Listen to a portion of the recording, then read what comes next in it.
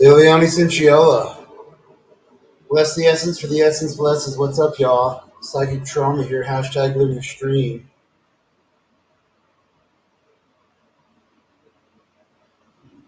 About to do some compTA stuff. So, yeah. Um, get this set up, right?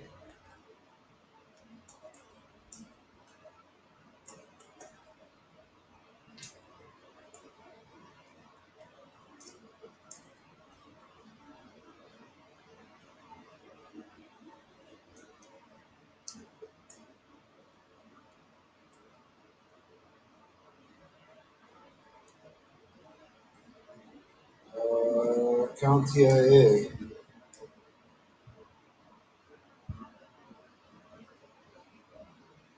There we go. Well, alrighty. Let's get back at this, yo. Um, I don't need this. Oh, okay. We are at topics 3C, cryptographic solutions. Examine objectives cover.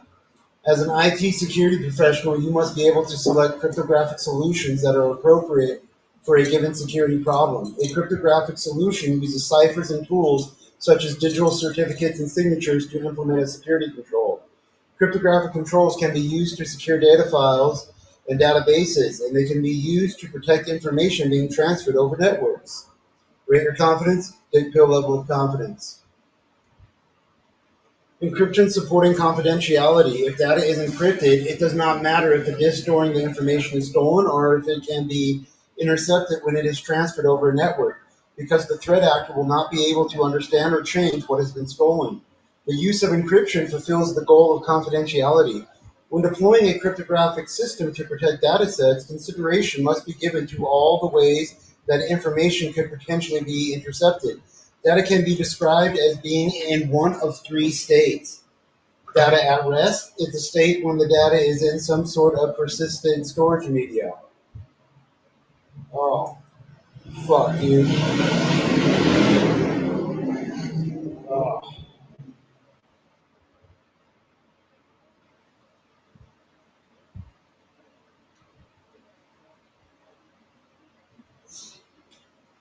Alright. My eyes be fucking when I stare at them and read too long. Data at rest is a state when the data is in some sort of persistent storage media. Data in transit or data in motion is a state when data is transmitted over a network. Data in use or data in processing is a state when data is present in volatile memory, such as system RAM or CPU registers and cache. Encrypting megabytes or gigabytes of data is referred to as bulk encryption. Bulk encryption. Asymmetric encryption and private public key pairs are not often used for public encryption because an asymmetric algorithm cannot process large amounts of data efficiently. The computational overhead is too high when using this type of algorithm to encrypt the contents of a disk or series of network packets. Therefore, bulk data encryption uses a symmetric cipher, such as AES. A symmetric cipher can encrypt and decrypt data files and streams of network traffic quickly.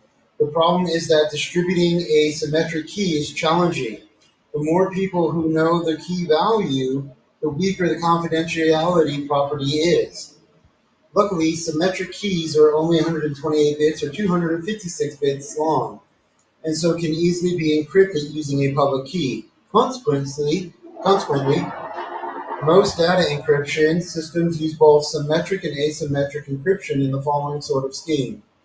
The user generates an asymmetric key pair for the chosen cipher, such as RSA or ECC. The private key portion of this encryption so that a user The private key portion of this is encrypted so that the user must supply their account credential to use it. In this content, the private key is the key encryption key. The system generates a symmetric secret key for the chosen cipher as AES 256 or AES 512. This is referred to as a file or media or data encryption key, DEK. This key is used to encrypt the target data. The data encryption key is then encrypted using the public key portion of the KEK. The data encryption key is then encrypted using the public portion of the key encryption key. To access encrypted data, the user must supply a password or start an authenticated session to use their private key to decrypt the secret key, which can then decrypt the data.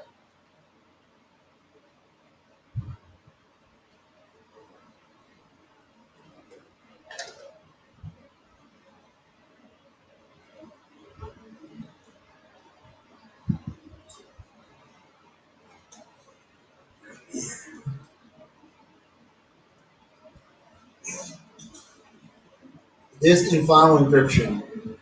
Data at rest encompasses a great many storage mechanisms. These can be thought of in terms of encryption levels. Lower level, you gotta clean these glasses.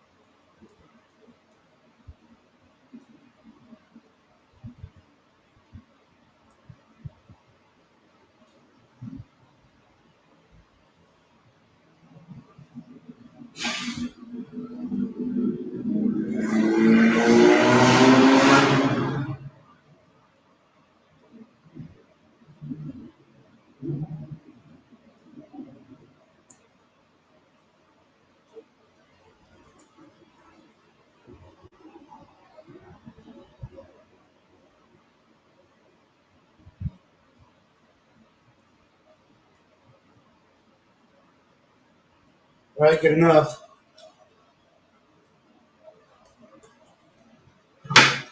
Okay, there we go.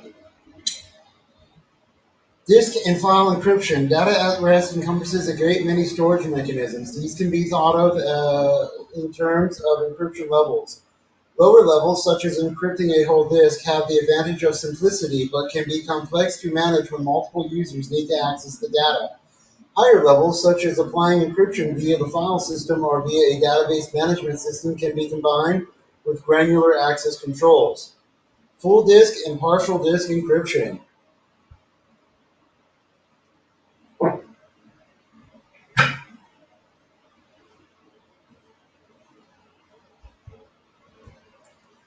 Full disk encryption refers to a product that encrypts the whole contents of a storage device, including metadata areas not normally accessible using ordinary OS File Explorer tools. FDE, full disk encryption, also encrypts free space areas. FDE primarily protects against physical theft of the disk. A stolen disk can be mounted on any computer, and the threat actor can take ownership of all the data files. This is not possible if the disk is encrypted because it must be unlocked by the user's credential to access the decryption key. Many storage devices can perform self-encryption using a cryptographic product built into the disk firmware. A self-encrypting drive, SED, could be a hard disk drive, solid-state drive, or USB flash drive. The disk firmware implements a crypto processor to store the keys so that they are not directly exposed to the OS that mounts the disk. A hard disk drive or solid state drive can be divided into separate logical areas called partitions. Each partition can be formatted with a different file system and mounted as a drive or volume in the OS. Some disk encryption products might be able to encrypt these partitions selectively rather than the whole disk. The partitions could be encrypted using different keys. For example, a disk could contain boot, system, or data partitions. The boot and system partitions could be left unencrypted as they contain only standard OS files, while the data partition is protected by encryption. Volume and file encryption. A volume is any storage resource with a single file system. Put another way, a volume is the way the OS sees a storage resource. The technology underlying the volume might be a removable disk or a partition on the hard disk drive, or the solid state disk drive, solid state disk. It could also be a RAID array. Consequently, a volume encryption product is likely to refer to one that is implemented as a software application rather than by disk firmware. For example, while they might loosely be referred to as disk encryption, Microsoft's BitLocker and Apple's File Vault products perform volume encryption. A volume encryption product may or may not encrypt free space and or file metadata. Hello, Mississippi. I'm not paying attention too much to the chats because I'm reading. But yeah, have a beautiful day. I mean, it's 10:40 p.m. It's like 65 degrees out. It was 90 earlier, or 80 or whatever it was. A file encryption product is software that applies encryption to individual files or perhaps to folders and directories. This might depend on file system support. For example, Microsoft's encrypting file system, EFS, requires that the volume be formatted with NTFS. Metadata could include a list of files. The file owner, the created last modified date, free or unallocated space can obtain data remnants where a file has been marked as deleted, but the data has not actually been erased from the storage medium. If the device has a TPM or HSM compatible with the encryption product, the disk volume file system can be locked by keys stored in the TPM or HSM. Yep, we'll give ourselves dick pill level of confidence. Database encryption. A structured database stores data in tables. Each table is composed of column fields with a given data type.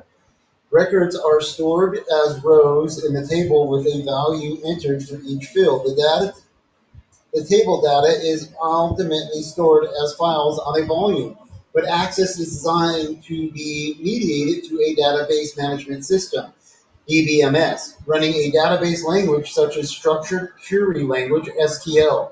SQL for some. Structured Query Language, SQL. Typically, the database is hosted on a server and accessed by client applications. The underlying files could be protected by a disk or volume encryption product running on the server. This will typically have an adverse impact on performance, so encryption is more commonly implemented by the DBMS or by a plugin. Encryption can be applied at different granular levels, while each DBMS supports different features. The following encryption options, based on Microsoft's SQL Server DBMS database management systems, are typical. Database level encryption. Database or page level encryption and decryption occurs when any data is transferred between disk and memory. This is referred to as transparent data encryption in SQL servers. A page is the means by which I gotta fucking turn this off.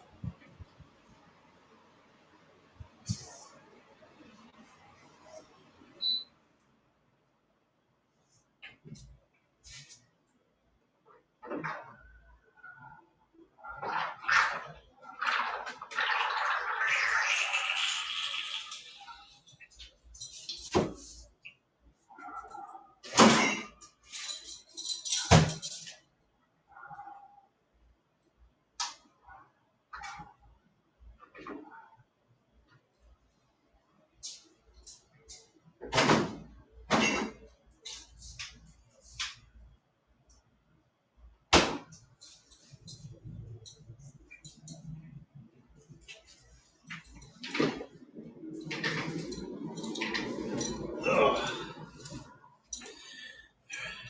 Gotta go take a leak also. Alrighty. Database level encryption. Database or page level encryption and decryption occurs when any data is transferred between disk and memory. This is referred to as transparent data encryption, DTE, in SQL Server. A page is the means by which the database engine returns the data requested by a query from the underlying storage files. This type of encryption means that all the records are encrypted while they are stored on the disk, protecting against theft of the underlying media. It also encrypts logs generated by the database. Record level encryption. Many databases contain secrets that should not be known by the database administrator. Public key encryption can also solve this problem by storing the private key used to unlock the value of a cell outside of the database. Cell column encryption is applied to one or more fields within a table. This can have less of a performance impact than database level encryption, but the administrator needs to identify which fields need protection. It can also complicate client access to the data. The encryption-decryption mechanism can work in several ways, but with SQL servers always encrypted feature, the data remains encrypted when loaded into memory. It is only decrypted when the client application supplies the key. The plain text key is not available to the DBMS, so the database administrator cannot decrypt the data. This allows for the separation of duties between the database administrator and the data owner, which is important for privacy. Some solutions may additionally support record level encryption. For example, a health insurance database might store protected health information about its customers. Each customer could be identified by a separate key pair.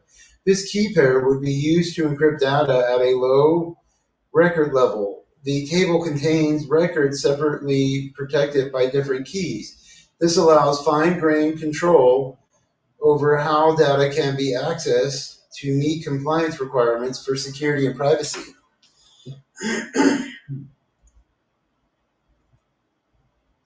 5 of 9, transport encryption and key exchange. Transport encryption and key exchange. Transport communication encryption protects data in motion. Various transport encryption products have been developed for different networking solutions. Some examples include the following: Wi-Fi protected access, WPA, securing traffic sent over a wireless network. Internet Protocol Security, IPsec, securing traffic sent between two endpoints over a public or untrusted transport network. This is referred to as Virtual Private Networking, VPN. Transport Layer Security, TLS, securing an application data such as web or email data sent over a public or untrusted network. As with data at rest, an asymmetric cipher is not typically used to encrypt the network data directly because it is too inefficient. Transport encryption products use a system of key exchange. This allows the sender and recipient to exchange asymmetric encryption keys securely by using public key cryptography.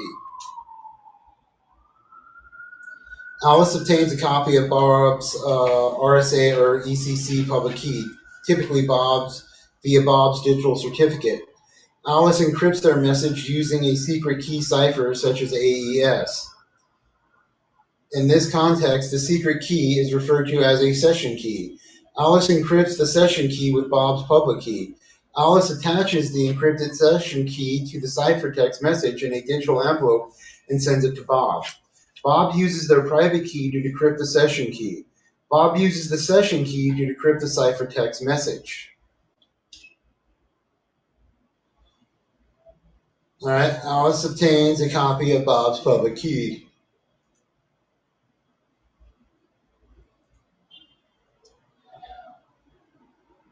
Alice encrypts a file using a symmetric key. Alice encrypts the plaintext with a symmetric key in this context. The symmetric key can be referred to as a session key. Alice encrypts a symmetric key using Bob's public key. Alice sends the ciphertext and encrypted symmetric key to Bob.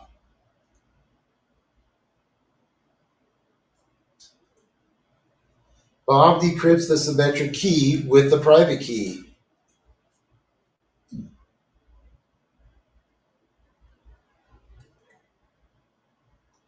Bob decrypts the ciphertext using the symmetric key.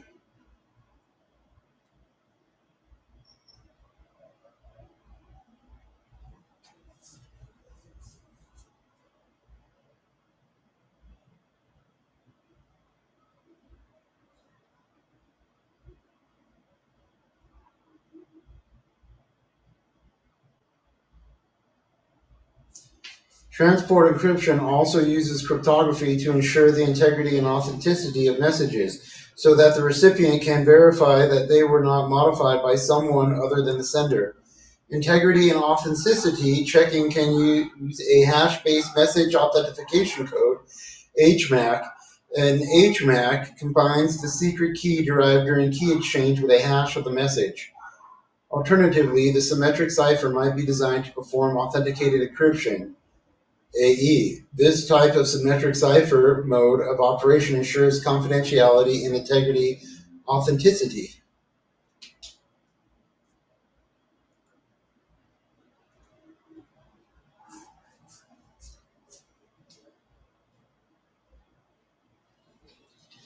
Perfect forward secrecy. When using a digital envelope, the parties must exchange or agree upon a bulk encryption secret key used with the chosen symmetric cipher. In the original implementation of digital envelopes, the server and client exchanged secret keys using the server's key pair to protect the exchange from snooping.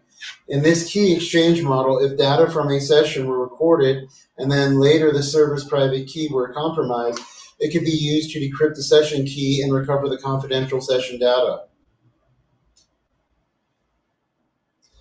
The risk from basic key exchange is mitigated by perfect forward secrecy, PFS. Perfect forward secrecy uses Diffie-Hellman, D-H, key arrangement to create ephemeral session. What the fuck? In cryptography, a key that is used within the context of a single session only. To create ephemeral session keys without using the server's private keys. Diffie-Hellman allows Alice and Bob to derive the same shared secret by sharing some related values. In the arrangement process, they share some of them but keep others private. Mallory cannot possibly learn the secret from the values that are exchanged publicly. The authenticity of the values sent by the server is proved by using a digital signature. Alice and Bob agree on the values for P and G publicly. All right, Delphi-Hellman works with values in a trapdoor function. In this example, we use simple integers. In modern implementations, P and Q are derived from the elliptic curve algorithm. These values are made public when Alice and Bob agree to use them. P equals 23, G equals 9. Alice chooses a random number A and keeps it secret.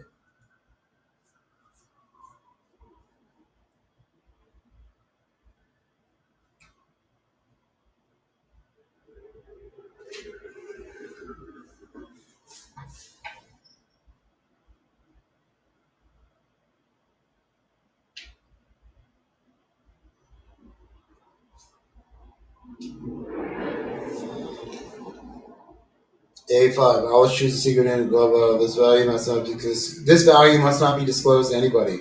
All right. Alice chooses a random number A, keeps it secret. A equals 5. All right. Bob chooses random number B and keeps it secret. All right. 3.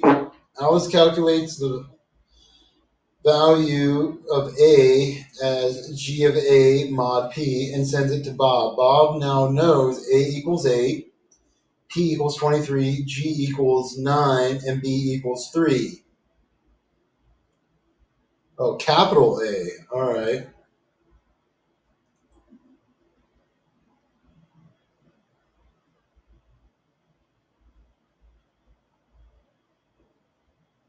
No fucking clue what that means.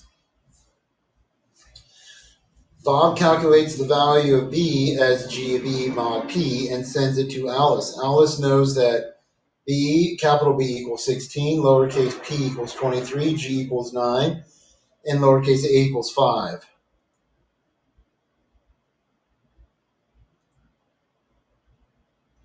Alice calculates the value of S as B A mod P. Where the fuck all that is. Bob calculates the value of S as AB mod P.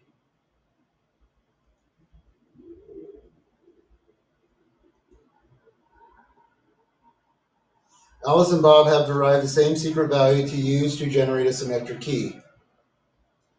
Alice and Bob now both know a shared secret, S equals 6, and can use it to compute the same symmetric uh, encryption key, that they can repeat this process for each session with different random number secrets A and B. This produces ephemeral symmetric encryption keys with forward secrecy.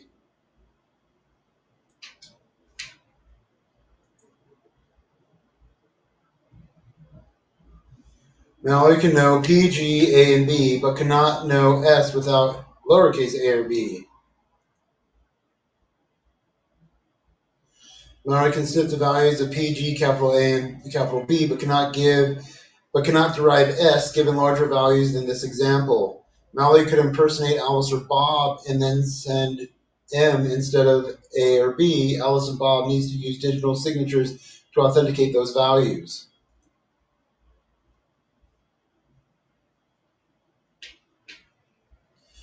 Using ephemeral session key means that any future compromise of the server will not translate into an attack on recorded data. Also, even if an attacker can obtain the key for one session, the other sessions will remain confidential.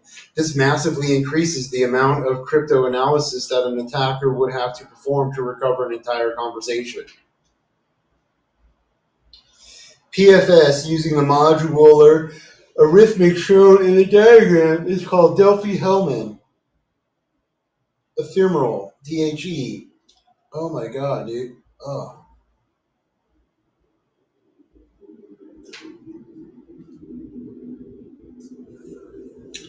PFS is now more usually implemented as elliptic curve DHE.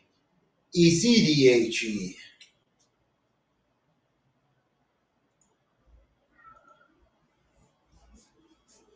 Salting and key stretching. The values used for a private key or secret key must be selected at random. If there is something predictable about the way the value of the key is derived, it has less entropy. Low entropy is a particular concern whenever a cryptographic system makes use of a user-generated data such as a password. Users tend to select low entropy passwords because they are easier to remember. This type of data is too short and too ordered to be good seed for a key generation. Salting and key stretching help predict password-derived cryptographic secrets from discovery through cryptanalysis.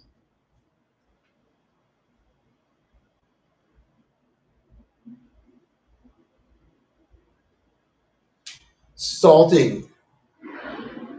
Cryptographic hash functions are often used for password storage and transmission. A hash cannot be decrypted back to the plaintext password that generated it. Hash functions are one way. However, passwords stored as hashes are vulnerable to brute force and dictionary attacks. A threat actor can generate hashes to try to find a match for a hash captured from a network traffic or a password file. A brute force attack simply runs through every possible combination of letters, numbers, and symbols. A dictionary attack creates hashes of common words and phrases. Both these attacks can be slowed down by adding a salt value when creating the hash.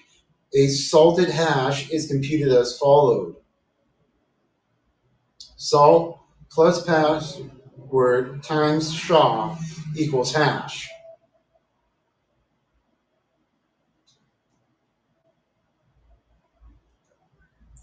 A security countermeasure that mitigates the impact of pre-computed hash table attacks by adding a random value to salting each plaintext input. A unique random salt value should be generated for each user account. This mitigates the risk that if users chose identical plaintext words, there would be identical hash values in the password file. The salt is not kept secret because any system verifying the hash must know the value of the salt. It simply means that an attacker cannot use pre-computed tables of hashes. The hash values must be recompiled with the specific salt value for each password.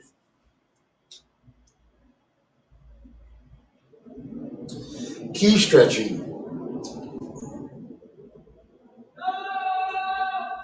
a technique that strengthens potentially weak input for cryptographic key generation, such as passwords or paraphrases created by people against brute force attacks.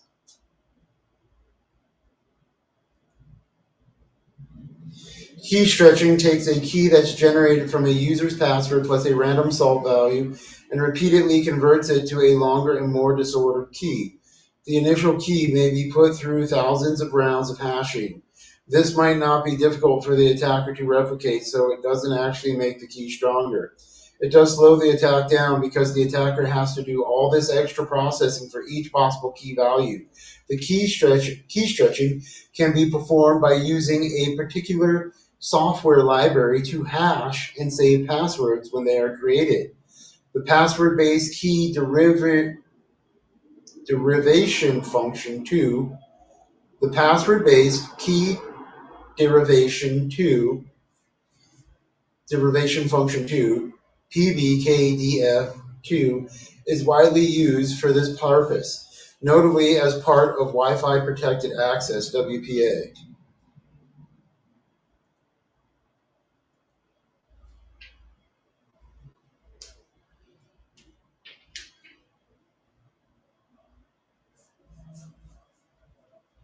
Blockchain. Blockchain is a concept in which an expanding list of transactional records is secured using cryptography. Each record is referred to as a block and is run through a hash function. The hash value of the previous block in the chain is added to the hash calculation of the next block in the chain. This ensures that each successive block is cryptographically linked. Each block validates the hash of the previous block all the way through to the beginning of the chain, ensuring that each historical transaction has not been tampered with. In addition, each block typically includes a timestamp of one or more transactions as well as the data involved in the transactions themselves. A concept in which an expanding list of transaction records listed in a public ledger is secured using cryptography. The blockchain is recorded in an open public ledger. This ledger does not exist as an individual file on a single computer. Rather, one of the most important characteristics of a blockchain is that it is decentralized. The ledger is distributed across peer-to-peer network in order to mitigate the risk associated with having a single point of failure or compromise. Blockchain users can therefore trust each other equally. Likewise, another defining quality of a blockchain is its openness. Everyone has the same ability to view every transaction on a blockchain. Blockchain technology has a variety of potential applications. It can ensure the integrity and transparency of financial transactions, legal contracts, copyright, and intellectual property IP protection, online voting systems, identity management systems, and data storage.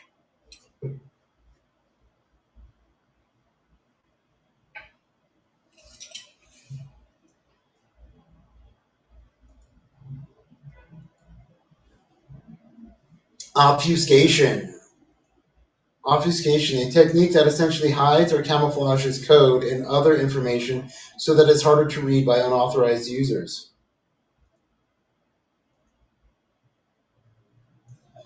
Obfuscation is the art of making a message or data difficult to find. It is security by obscurity, which is normally depreciated. There are some uses for obfuscation technologies, however. Steganography, literally meaning hidden writing, embeds information within an unexpected source. A message hidden in a picture, for instance. The container, document, or file is called the cover text. The message can be encrypted by some mechanism before embedding it, providing confidentiality. The technology can also provide integrity or non repudiation. For example, it could show that something was printed on a particular device at a particular time, which could demonstrate that it was genuine or fake depending on the context. Data masking can mean that all or part of the contents of a database field are redacted by substituting all character strings with X, for example. A field might be partially redacted to preserve metadata for analysis purposes. For example, in a telephone number, the dialing prefix might be retained, but the subscriber number is redacted. Data masking can also use techniques to preserve the original format of the field.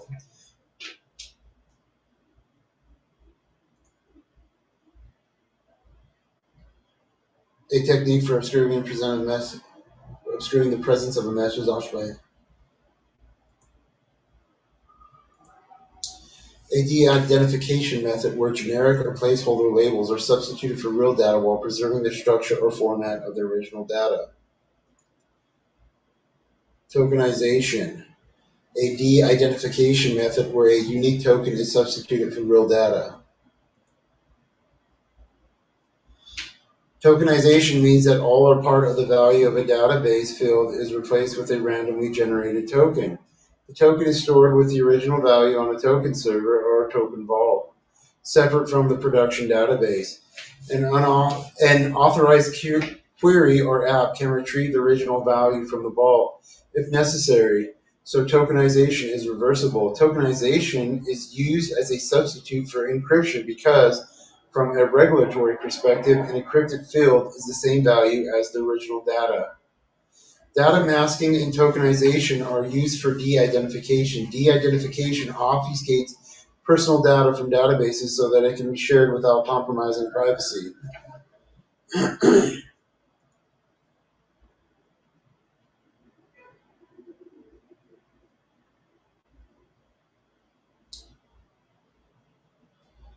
Alrighty, here we go. Study task. An FDE product, what type of cipher is used for the key encryption key? No fucking clue. Full disk encryption uses a secret symmetric key to perform bulk encryption. This data encryption key, DEK, is protected by a key encryption key. The key encryption key is an asymmetric cipher. No, we did not get that one right. True or false? Perfect forward secrecy ensures that a compromise of a server's private key will not also put copies of traffic sent to the server in the past at risk of decryption. I'm going to say false. Wait, true or false? Perfect forward secrecy ensures that a compromise of a server's private key will not all true. Yeah, okay, yeah. Ensures that ephemeral keys are used to encrypt each session. These keys are destroyed after use. Why does Diffie-Hellman underpin perfect forward secrecy? Because it uses the ephemeral thingy.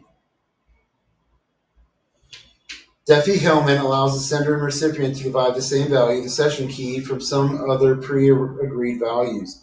Some of these are exchanged and some kept private, but there is no way for a snooper to work out the secret just from the public exchange values. This means session keys can be created without relying on the server's private key, and that it is easy to generate ephemeral keys that are different from each session. Well, it has this thing here, so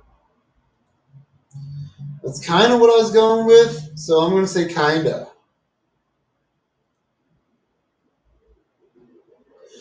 True or false, it is essential to keep a salt value completely secret to prevent recovery of a password from its hash. True? False. The salt does not have to be kept secret, though it should be generated randomly.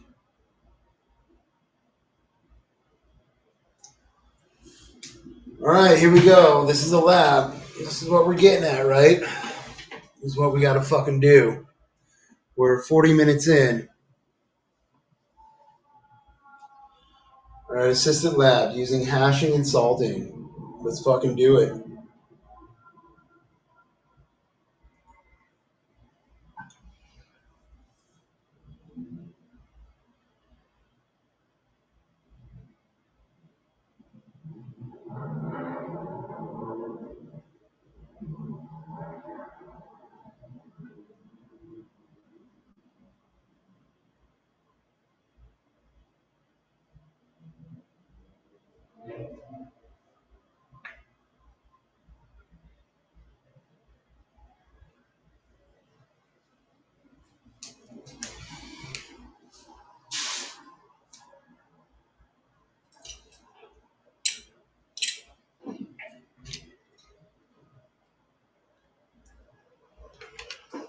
All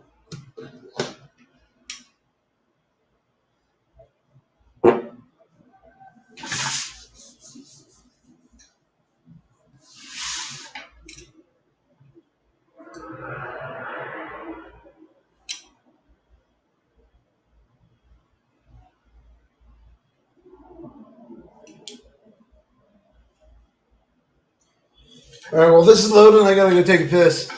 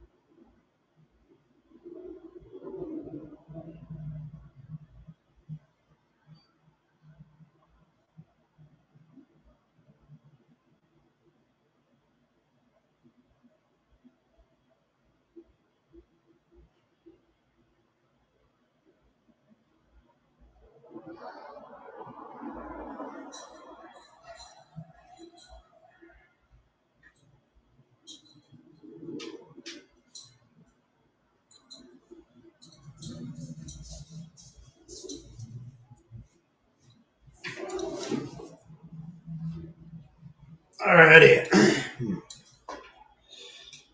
Let's go fucking make that smaller.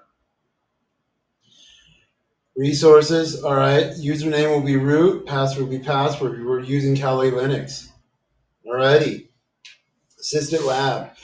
Using hashing and salting. Siderio, as a security team member of Structurality Inc., you are working to improve your organization's security stance. You need to understand how to use cryptographic solutions of hashing and salting to improve security. In this lab, you will simulate obtaining a file from a website and confirm its integrity with hashing. Next, you will use the National Software Reference Library, NSRL, to research suspicious files through hash identity. Finally, you will explore to use the use of salts to improve password hash resistance to brute force password crack attacks. Understanding your environment, you will be working from a virtual machine in Kali, hosting Kali Linux. Objectives. This activity is designed to test your understanding of and ability to apply content examples in the following compTA Security Plus objectives. Explain the importance of using appropriate cryptographic solutions. 3.3. Compare and contrast concepts and strategies to protect data. Alrighty, when downloading the files, it is important to confirm that the files on the local drive has retained its integrity compared to the file being offered on the download site. This is often accomplished using hashing. In this exercise, you will work on a downloaded file and perform a hash check of the file. The Security Plus scalable lab environment does not have direct internet access, therefore you must perform some tasks using your local browser. On your local computer, open another tab in your current browser or open a new browser.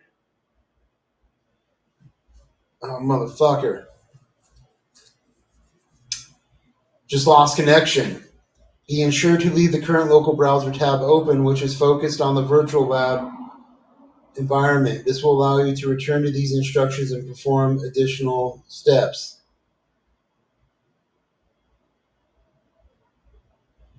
In your local browser's address bar, enter HTTP, not HTTPS. That's odd. Yes, retry connection. Took you long enough. Alrighty. HTTP dftt.sourceforge.net / You can highlight and cut and paste this URL from the instructions into the address bar of your local browser.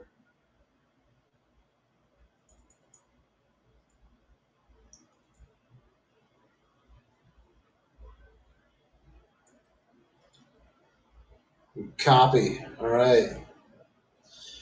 The site dftsourceforge.net is the digital forensic tool testing image repository. This site contains 14 forensic images which can be used to test forensic analysis tools. These images are also useful in practicing and developing skills in using forensic tools and techniques before working on actual crime scene collected evidence. This is just one of many similar repositories of forensic image testing files. Alrighty, so we'll go here. Paste and go, DT. Oh, it's giving me an HTTPS site, not an HTTP. Okay. Anyways, um,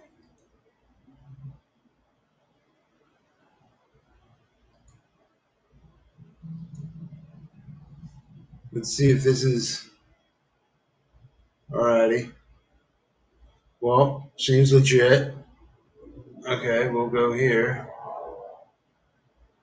Yeah, seems alright. That's what we're supposed to be. Okay, so we'll click on here.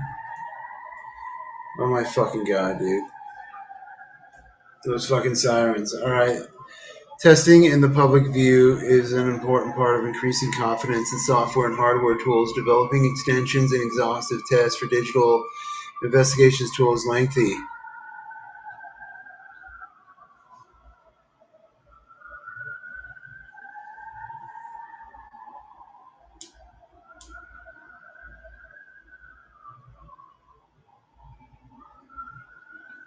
Okay, so as I'm doing this, I don't know if I can show both of these at the same time. All right. So here, we'll go like this just in case.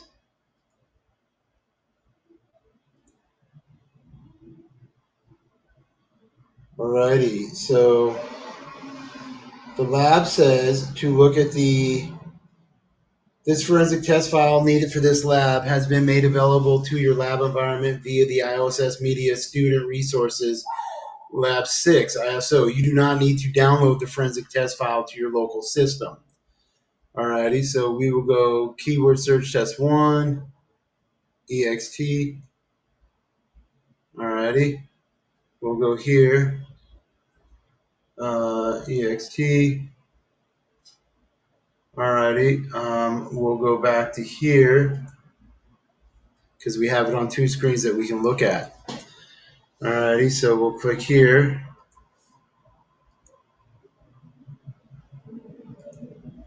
Look over the contents of this page. You may need to return to this page in a later exercise. Alright, there are only 4 strings to search for. So this one is quite simple and short. It only tests the basic features of ext3fs. Download. This test image is a raw partition image. The file system is 5 megabytes and compressed to 4 megabytes. The MD5 of the image. This image is released under GPL so anyone can use it. Search terms. These should all be performed case sensitive and not as regular expressions.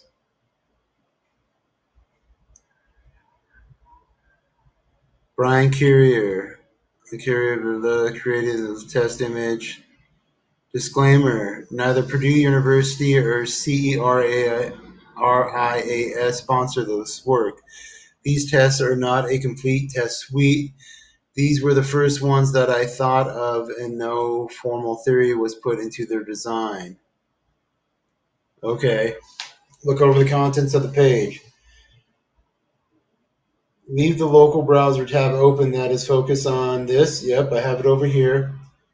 Switch back to the browser tab, focus on the security plus security virtual. That's here. All right, connect to the Kali virtual machine. Sign in as root. Root tab. All right, PA number sign W0RD. Enter. Log in. Okay, we are connected.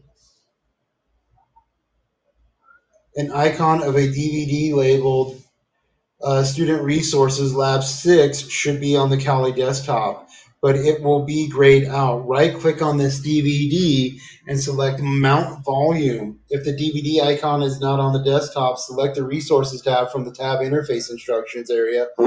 In the resource tab, select DVD drive pull down list, select and select instructions tab and turn to the lab state.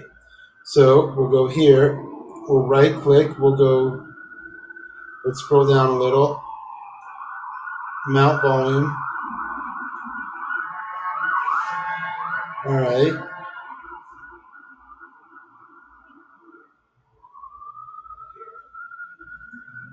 All right, so it's mounted because it's giving us the option to unmount. So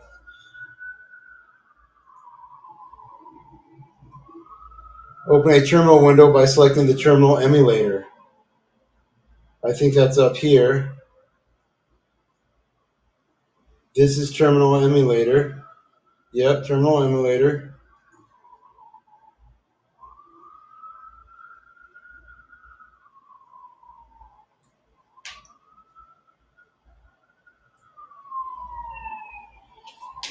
Okay, open the terminal window should already be elevated to use root privileges. Yep, it is. Root Akali. Maximize the terminal window. Fuck you. Entering the following command to view the contents of the DVD drive. ls space backslash media space change directory to rom 0 backslash enter. Okay, so there we go. We have some hash text there. Alrighty. Then we will enter the alright, we'll click on that. Enter the following command to copy the forensic test image files to the root downloads directory. Alrighty, so that's CP. I think that's change path to media slash change drive or CD-ROM 0 slash shift 8. I hope that's right. Okay, well, we're going with it. Space slash root slash DOWNLOADS slash. Uh-oh, that's not supposed to be. There we go. That's right now, right? And then we hit enter. Okay.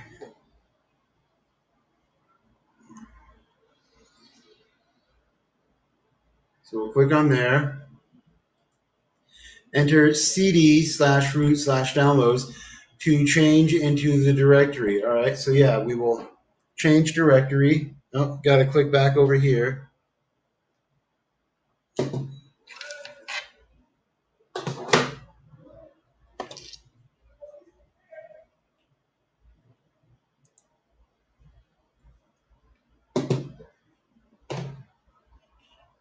And it will be cd change directory root slash downloads.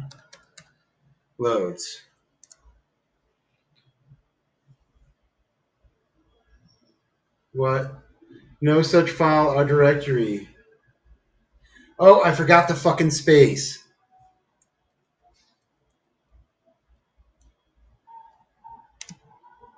There we go. Enter. All right, here we go. It's getting me on the proper. It's got to be proper. It has to be proper spelling, or it just won't work.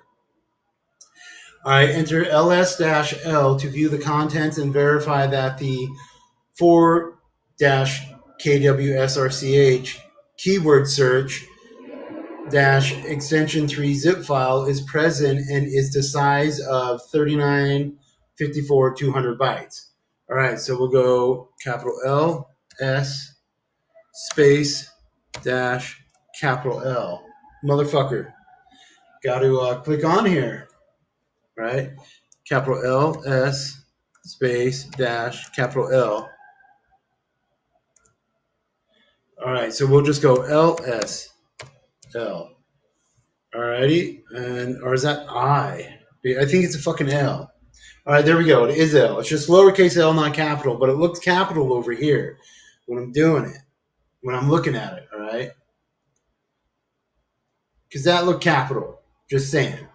All right, so we have to look here. Okay, we have the keyword keyword search x3 zip file is the size of 3954-200. Yes, that is correct. All right, now we will enter unzip. So here we will go unzip for dash keyword search dash ext3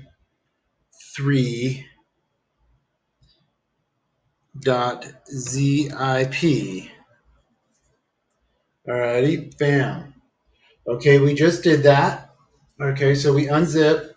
All right, so now inflating, which means it's unzipping and bringing all those files to expand. Okay, so we'll click on this. All right,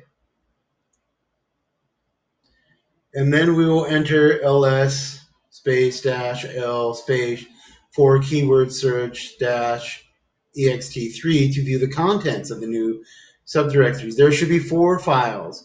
One of them is ext3 image kw, yeah, that's right, which should have 52, 24, 880 bytes in the size. When we enter in this command here, that's when we'll get this size here. Alrighty, so hopefully everything's going good still. Oh yeah, hello, just saw your thing. Alrighty, but I guess we could go to the StreamYard thing.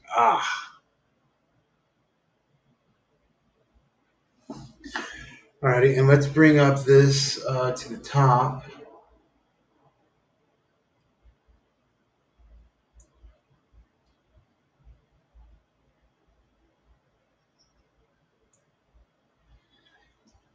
And we'll bring it over a little. Okay, so you guys can see what we're doing here. All right, so we got to enter in this right there. All that. So we click over here. Alrighty, ls space dash l for dash keyword search dash ext3. Enter. Okay, now it shows us the bytes of all those different files. So we're looking here at 52, 42, 880, which is right here, 52, 42, 880. So we'll click here, score. All right, yep. Return to your local browser tab to focus on the DFTT search forge where the ext3fs keyword search one page is displayed. All right, that's over here. That's this thing right here, but I have it on 2 separate screens. I have it on this one, as you can see, and then I have it on this one over here. So we'll go back to the lab. So I have it pulled up where I can see it here. All right, locate the MD5 hash in the paragraph below the downloads heading. All righty.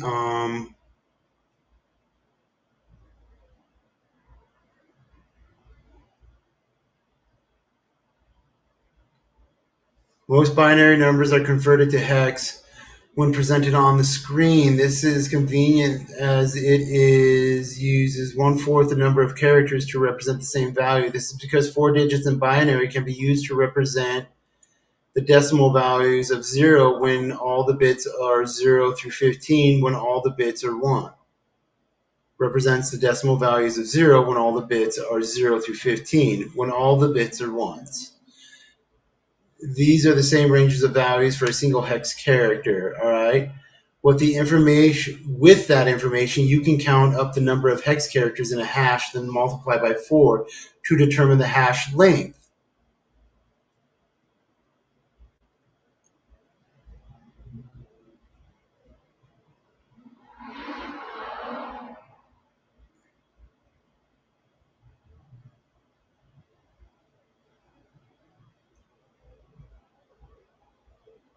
Alrighty. Okay, I'm looking at this stuff. All right. So yeah. All right. By knowing the hash length, you can make a reasonable guess as to the hashing algorithm used. Here's a brief chart of common hashing algorithms.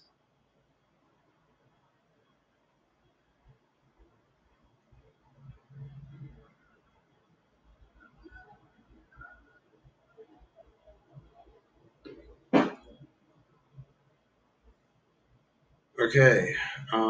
Whatever. All right. Locate the MD5 hash in the paragraph below the downloads heading.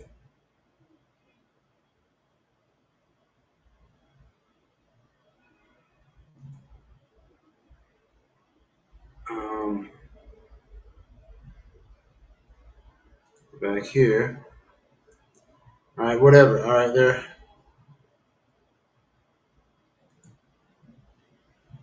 Switch back to the browser tab.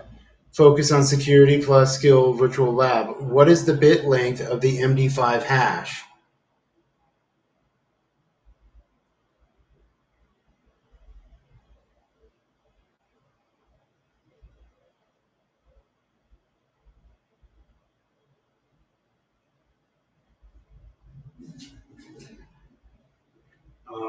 Hmm.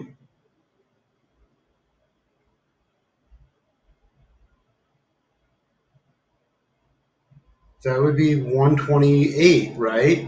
Because we're looking at this 128. Yeah, all right. So it was that easy, okay? You see, MD5 hash up here is MD5. Bit length is 128. Okay. In the terminal window, enter ls-l to view the contents of the extracted file. Okay, so here we are. ls-l.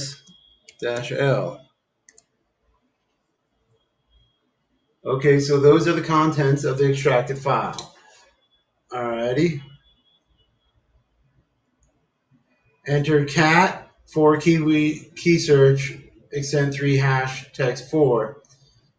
This file contains the hash of the extent image. That's this one over here. This one, the 5242880. Alrighty. It was copied directly from SearchForge.net. This should be the same hash value you viewed on the website for the drive image file.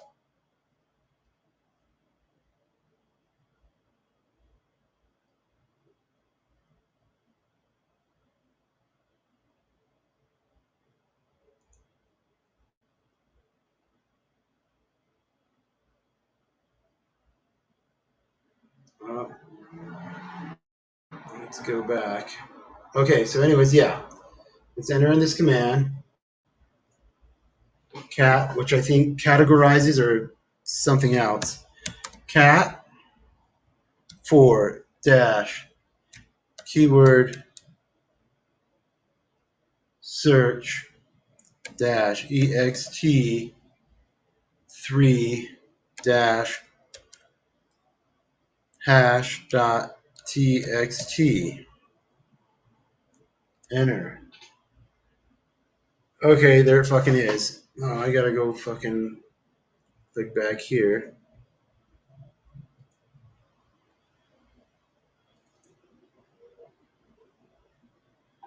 There we go. Alrighty. Well, that's that fucking long ass hash, alright?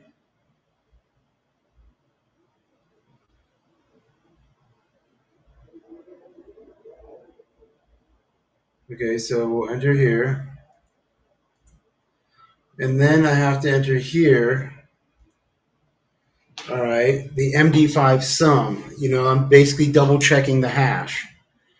All right, so MD5 SUM 4 dash keyword search C3 slash EXT 3 IMG dash KW dash 1 dot DD greater than space 4 dash keyword search dash ext3 dash hash dot txt. This command hashes the file and adds that hash to the expected hash file. Enter. Okay, it didn't tell me it fucked up.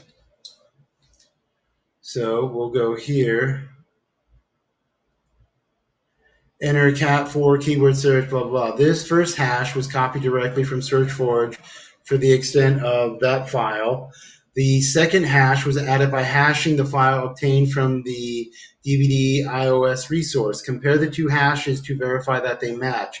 Since the two hashes match exactly, you have verified the file's integrity.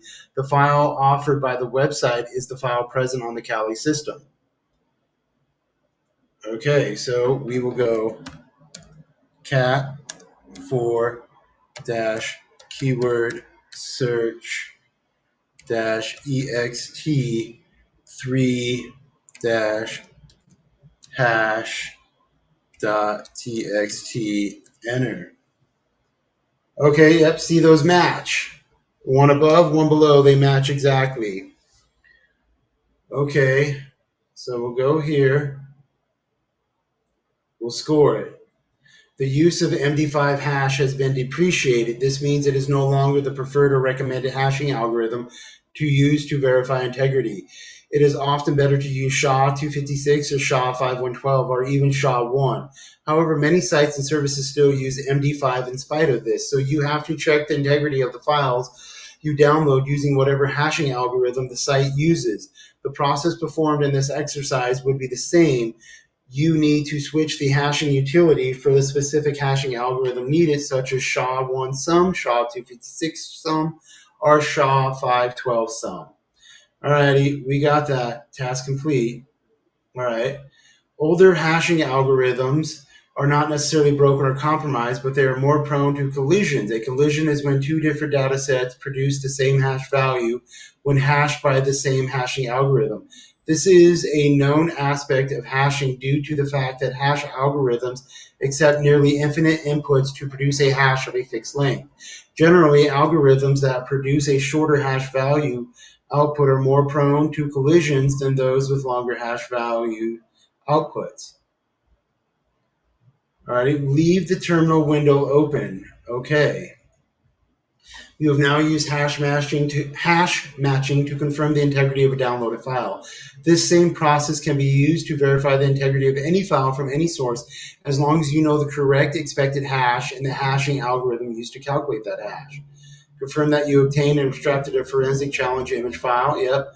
Confirm that you performed a hack check on a file. No, a hash check on a file.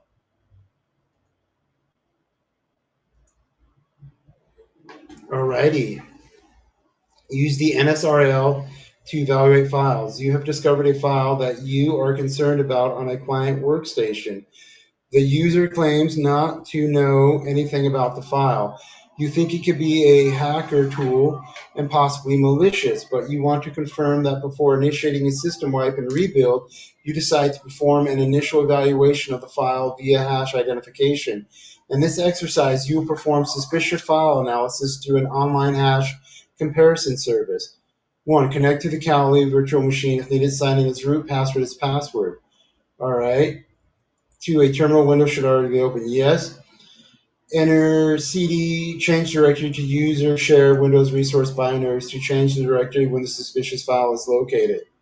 where the suspicious file is located. Alrighty. So we will go cd slash user slash share slash Windows resources slash binaries.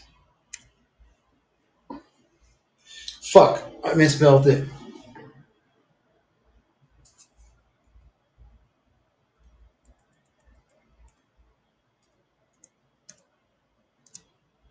All right, there we go. Okay. Enter ls-l to view a long listing of the contents of the directory. You should see a listing of several files. The file of concern is nc.exe. All right.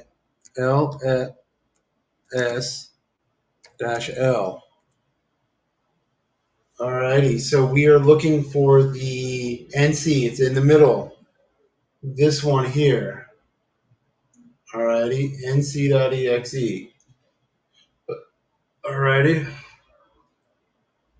Create a SHA-1 value from the file by entering SHA-1 sum ncexe greater than nc-hash.text. This command will capture the SHA-1 hash of the ncexe into the nc hash text file.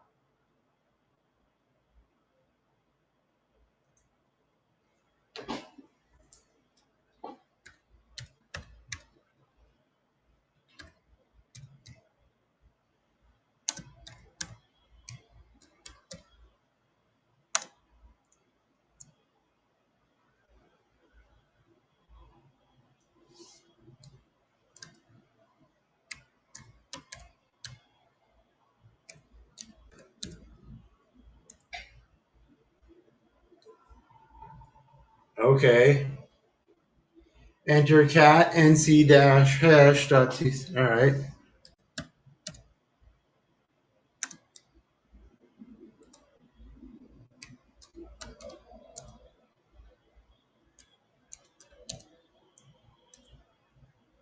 Okay, there we go. The result should end in 4707. It does. All right, those match. The hash verification and research service will be your supporting SHA-1 MBS hashes. Score.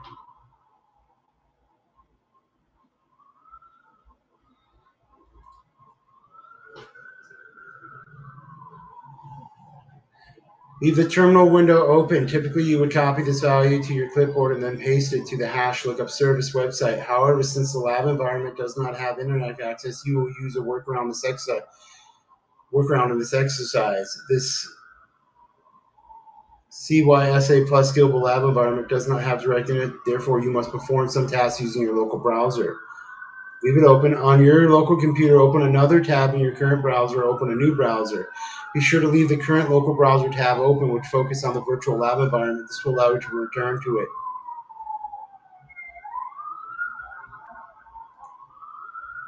Alrighty, we'll go here.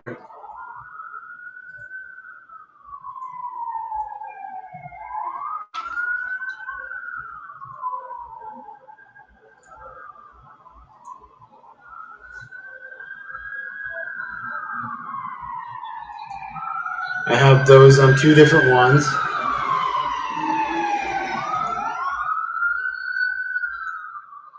Select the URL and copy it to your local clipboard. If a cookie pops up, select Allow All. The National Software Reference Library is a project of the National Institute of Standards and Technology, NIST, in the United States. The National Software Reference Library is a reference database of known software and digital signatures that can be used by digital forensic investigators and other law enforcement agencies to help identify files of software and computer and storage devices. NSRL contains over 77 million software files and their digital signatures, including operating system files, application files, and other commonly used software, as it provides a comprehensive database known as software of known software, allowing investigators to quickly and accurately identify legitimate files and focus their attention on potentially suspicious files.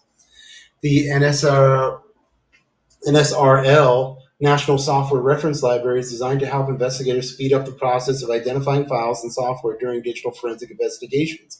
Instead of manually analyzing each file, investigators can search the NSRL database to determine whether a file matches a known software file or digital signature.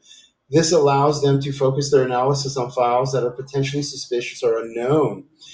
The National Software Reference Library by the National Institute of Statistics and Technology at NIST.gov, well, that shit.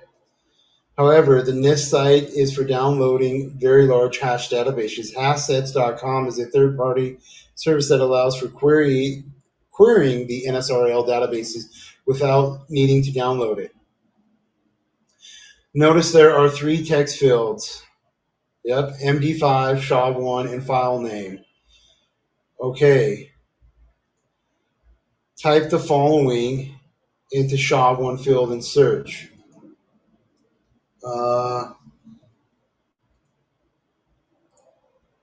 Paste. Search. Okay. The website should display numerous results related to the submitted hash value. Notice that while you only submitted the SHA-1 hash value, there are many results indicating the file name. So we'll go like this to show you. Paste. Search. And it's going to pop up. All right, there we go. Yep, there we go. And notice how these all have the same name. We'll go over here. See? There you go.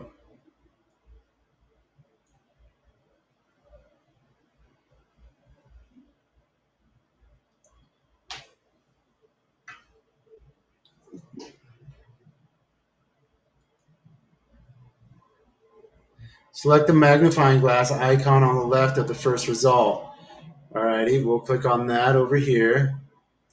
And I guess we'll go here also just to show you all. I have this on 2 separate screens, all right? So we're going to go back here.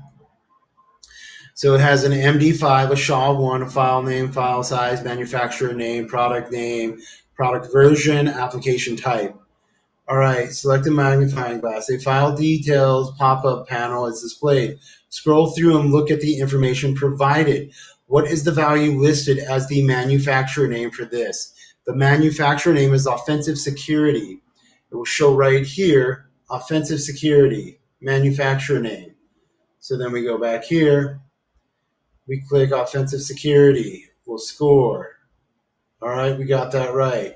Okay, select close window at the bottom of the pop-out pane. Okay, we'll close window here on this one.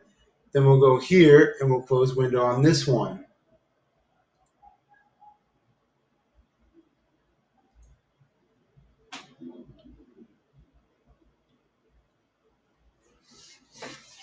Near the top of the results page, search new and click here. So search new, click here. We'll go here, search new, click here. Then it brings us back to this page. Alrighty. If the previous search hash value is still displayed in the SHA-1 field, select reset. Okay, reset there. Select reset there. Alrighty. We selected reset. Okay, perform a new search by typing nc.exe into the file name field. Alrighty. nc.exe.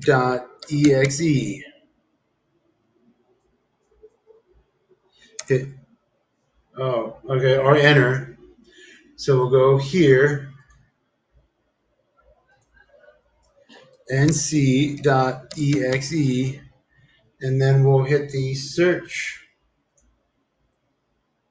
Okay, so these actually are the same for both screens, all right? So we can go here. Alrighty. The website should display numerous results related to the submitted file name. Notice that there are numerous results which while having the file name of nc.exe may actually be many other different files. This is confirmed by the various different hash values of the SHA-1 column. Look at the product name column to see the name and source variations. Alrighty, so that means we'd go here. So on the screen, so we go here. Alrighty. So yeah, we're looking at product name and product version and manufacturer name. Notice these are different. Alrighty. So then we'll go back here. See the name and source variations. Alright. So I'm looking at name and source variations on this screen over here. Near the top of the results page, select new search, click here. New search, click here. Let's go back over this way. New search, click here. Alrighty. Select reset. The main page should be displayed. Select reset. Alrighty. Select reset. That's what we did. Alright, type notepad.exe into the file name, then select search. This is a search for a file name that relates to a benign and common file from Windows. Alrighty. Notepad.exe, enter. Notepad.exe, enter. Okay, so, alrighty, we're looking at here. It's the same thing. Alrighty, so we'll go back here.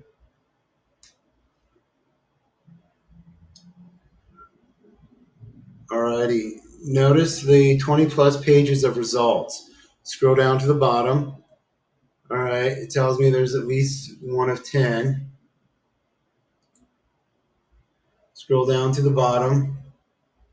Alright, look at all those different pages. Alrighty, we'll go back here. Alright, scroll through several pages and pay attention to the various values in the product name and product version columns. Alright, let's scroll back up over here. Product name, yep, those change.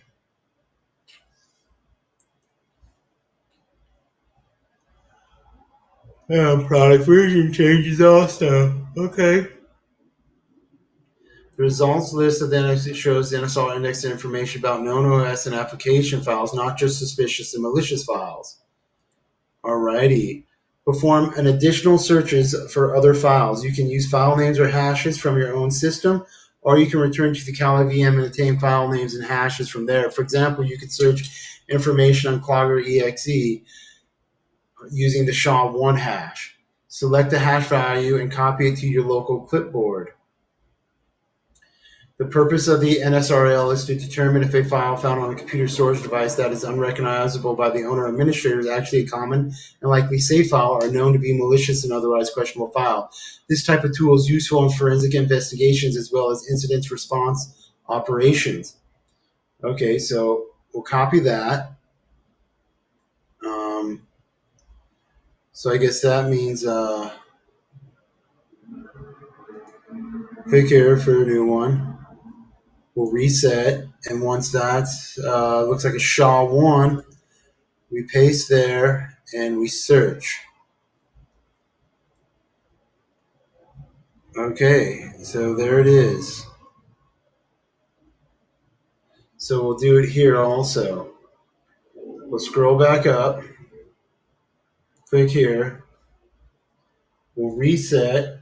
Oh, it was already there from the other because I have it on both ones, so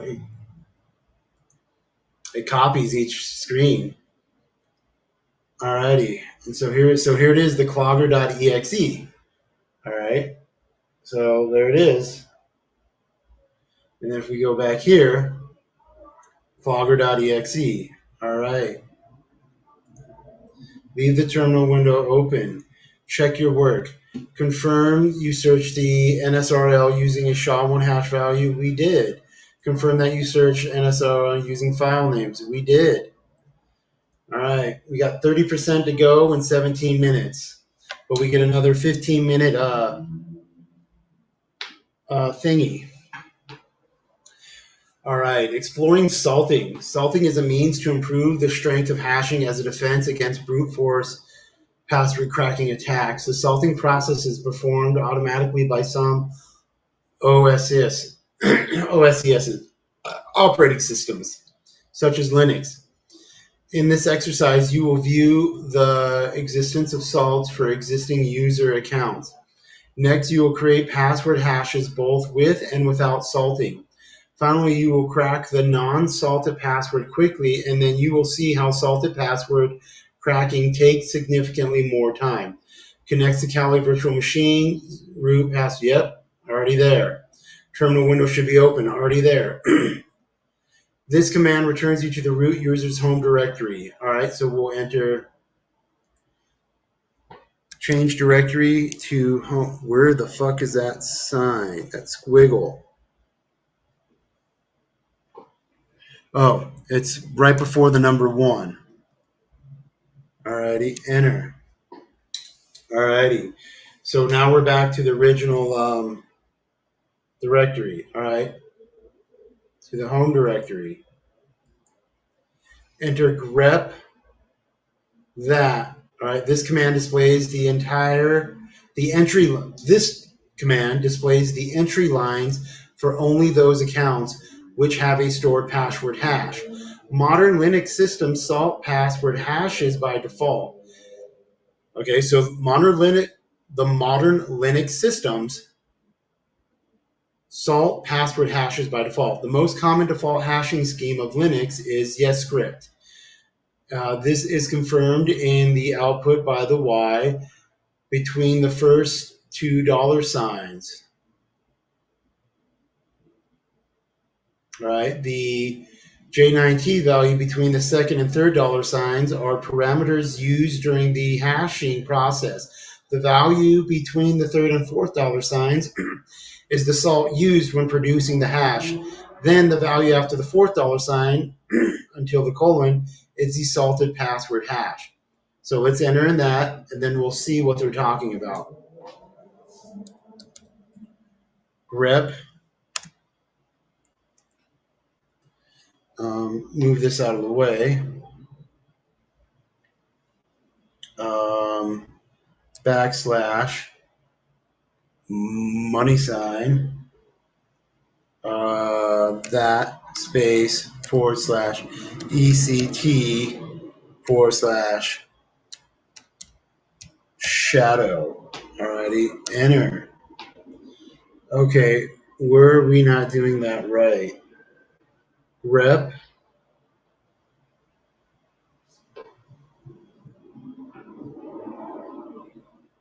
Okay. Slash that way. Money sign that thing. Oh, I don't think we're supposed to have this space.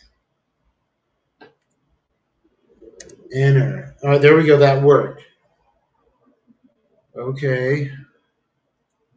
Since hashes produced by the YesScript algorithm are extremely difficult to crack, generate your own password hashes to crack. Enter this shit. Okay. So OPEN SSL PASSWD dash salt PASS1 greater than hash.txt. Let's move this out of the way. All right, open SSL password dash salt quotations pass1 greater than hash text. Enter. Okay. This command will generate MD5 hash of the password pass1 without using salting and saves it to the hash text file. Okay, let's see if we did that right. No, does not exist. File root does not exist in task. All right.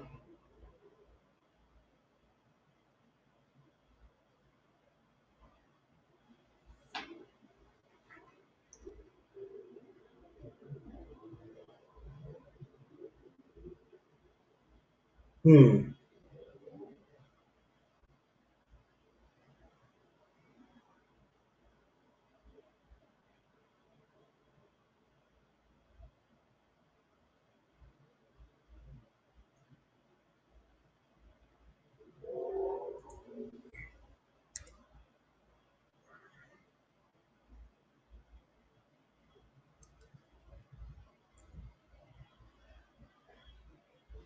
Alrighty. How the fuck do I get there? All right, we'll go CD.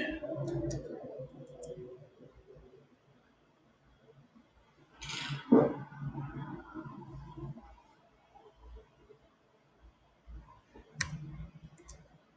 right, damn. Yes, I need this.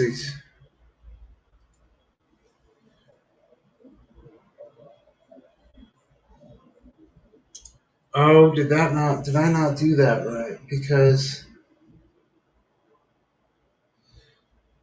all right, let's close out and start a new one. Alrighty, so we're in that thing. So let's try that grep. Yeah, enter. Okay.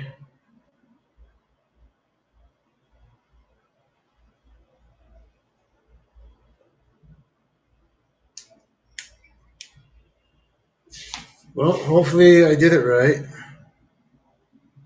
No, no. So let's go back. OPENSSL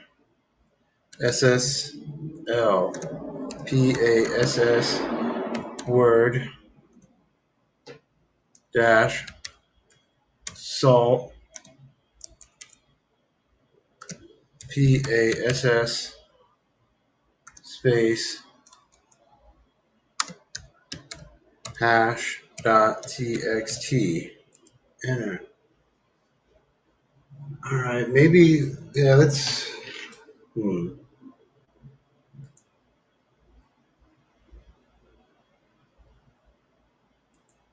Third active terminal. All right, so we'll go CD. That's not working. Um,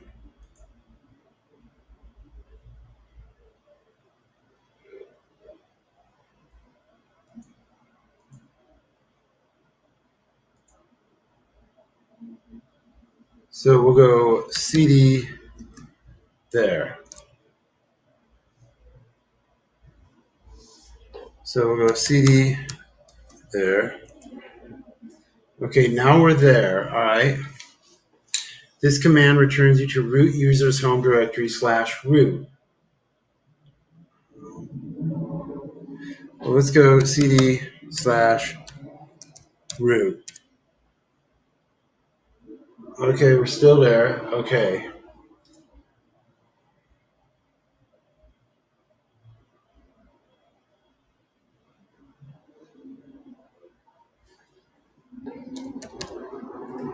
Rep. Hmm. Um,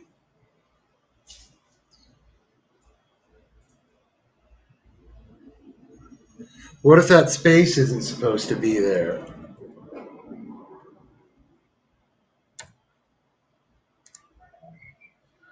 No such file or directory.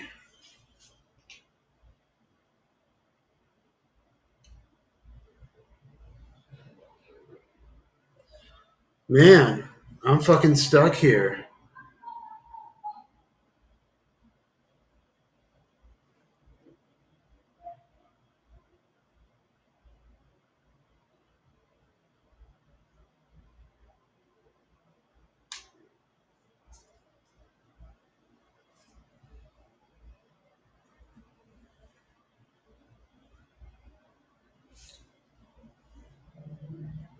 Okay, so we'll go like that.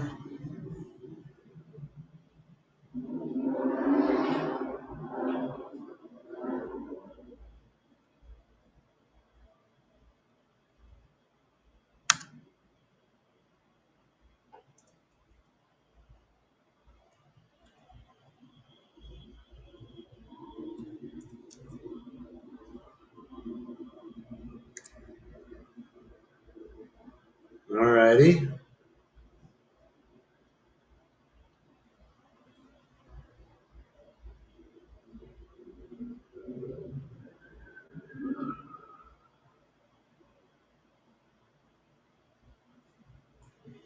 Now we'll go OPEN SSL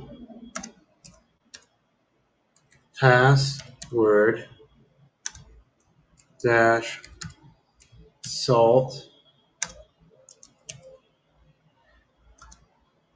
PASS 1.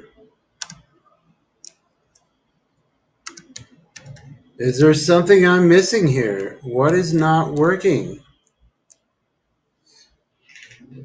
Let's try this score again.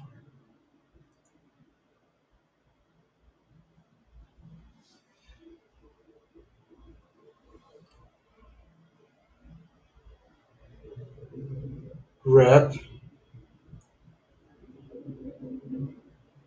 Oh my fucking god, I'm misspelling it the whole fucking time, dude. Okay, there it fucking is. ETC. Fuck, dude. Okay, so CD. Alright, there we are. So if we go like this.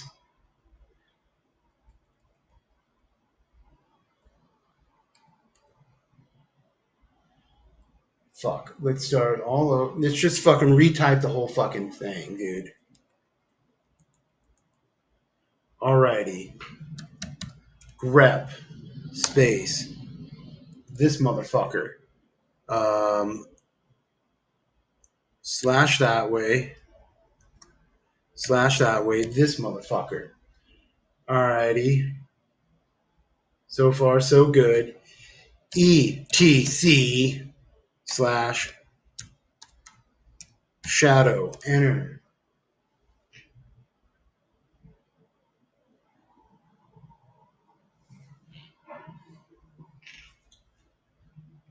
Okay.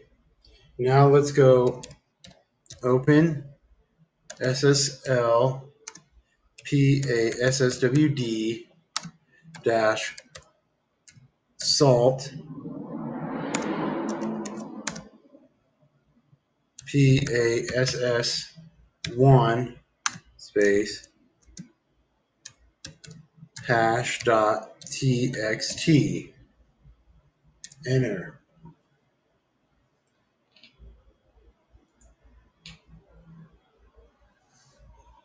Okay.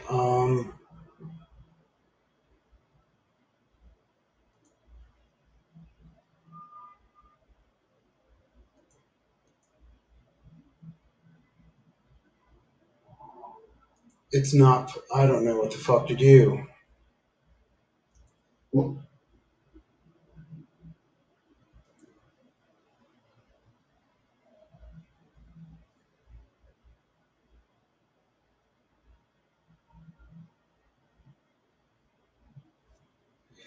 CD slash ROOT. Enter. Okay, we're root Cali. Okay. Grep. This. This. Money sign. This.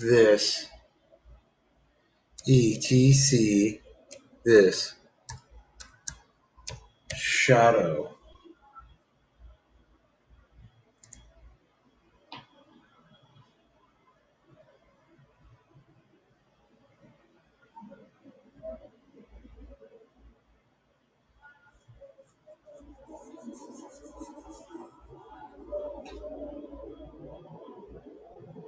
GREP, right?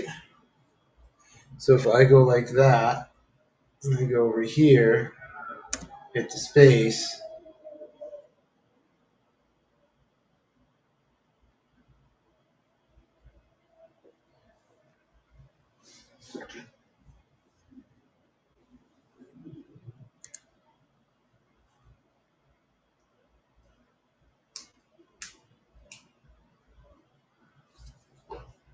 All right, what the fuck is not working? Open OPENSSL space PASSWD dash salt PASS1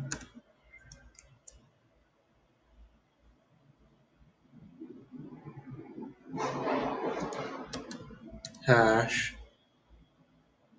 dot txt. Okay, I'm gonna copy this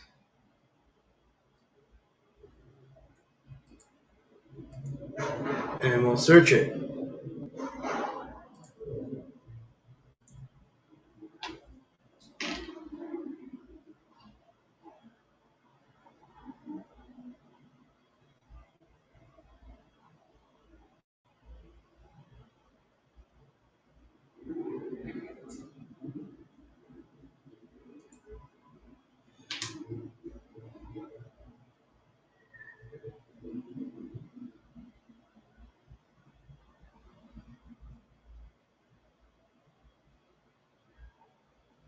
Okay, so let's go back here. Let's close out of here.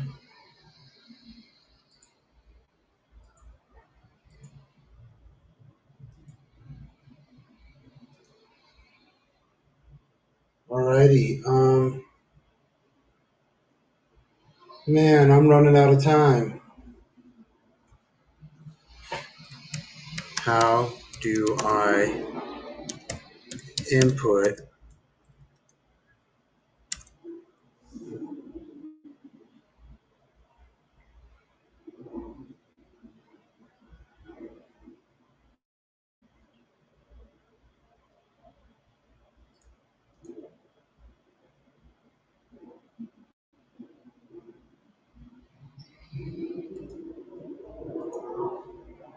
Dude, I'm fucking stuck right here.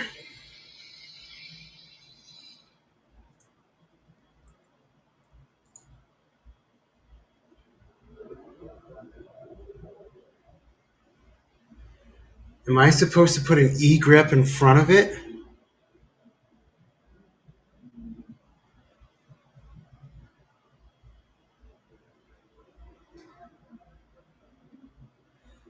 Okay, it says egrep. Alrighty, so what happens if we go like this? Over here.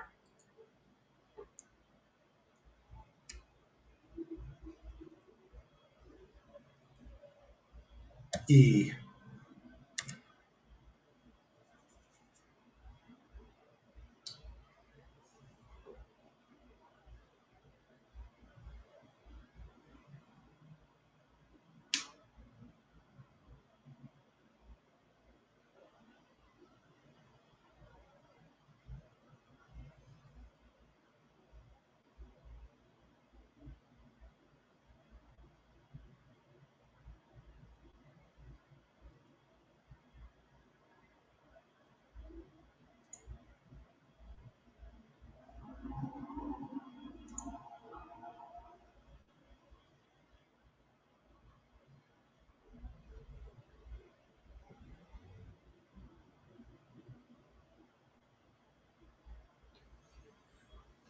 Man.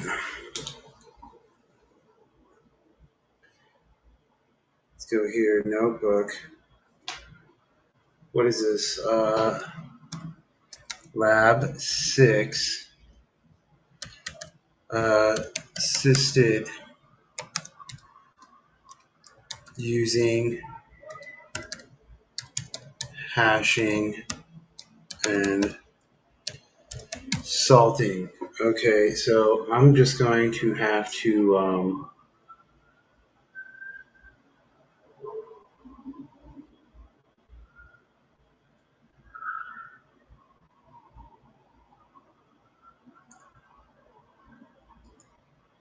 copy.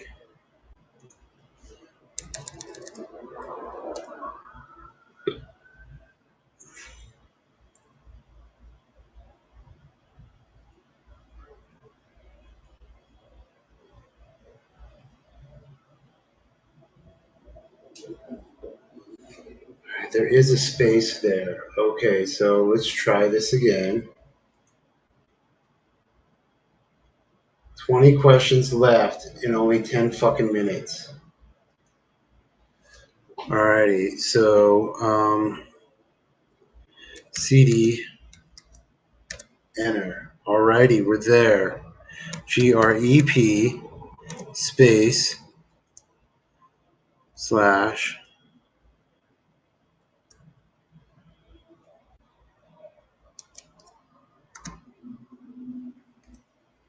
ETC slash shadow. Oh my fucking god, what the fuck just happened there? Oh, yes, I do want another 15 minutes, please and thank you. Fuck.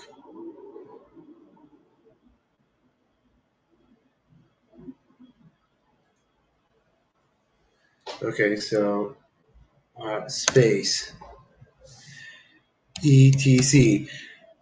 The shit on the screen, I have to fucking copy and paste in the notepad because it's actually spelled different than on the screen that appears on the screen.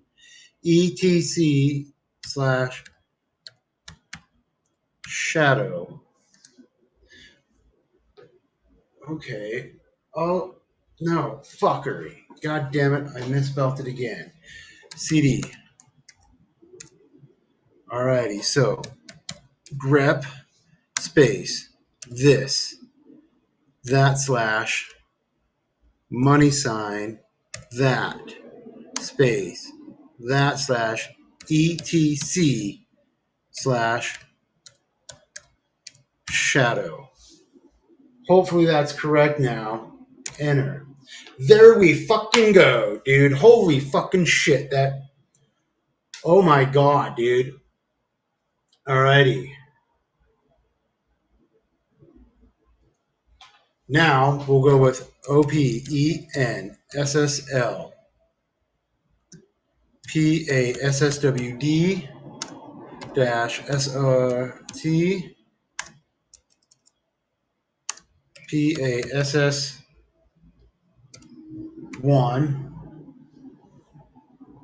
Now it's fucking working. Alright. Greater than sign hash.txt. Enter. Okay, now we go back to fucking click out of there, click out of there, click out of there, StreamYards. All right, we'll go score. There we fucking go, dude. Alrighty, enter that fucking command. CATJSH.txt.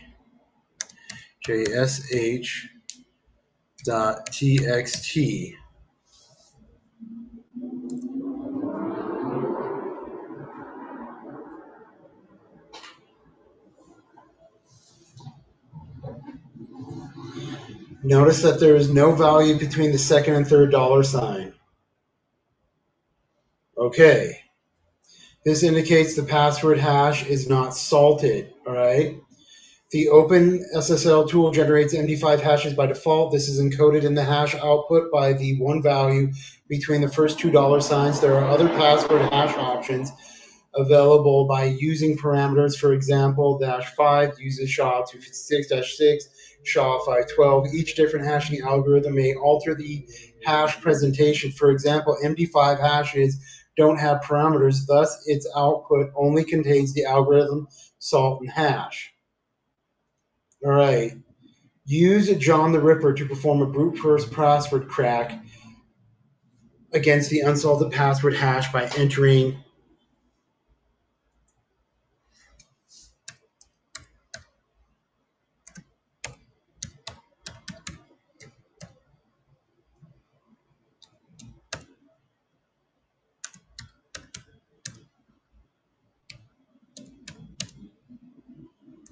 enter.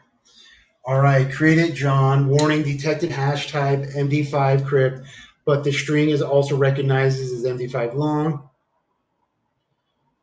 Okay, John should crack the unsalted password hash in less than 10 seconds. Okay, it did. Okay, we did that. All right, generate a salted password hash by entering OPENSSL, PASSWD dash SALT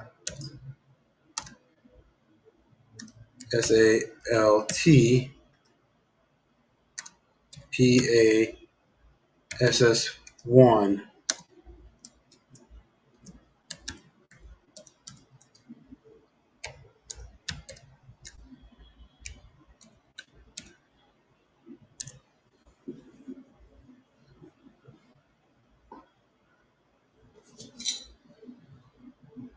Okay, score.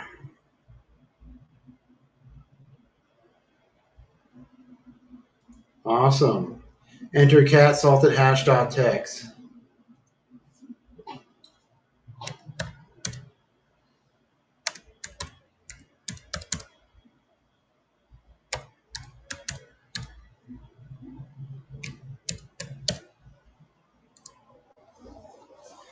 Alrighty, we did that.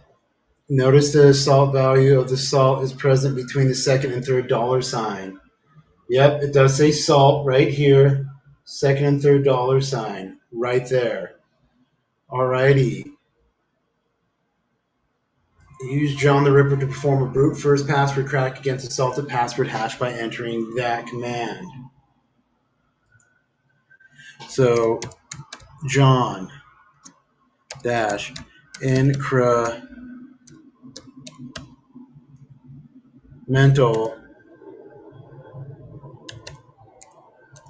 salted dash hash dot txt.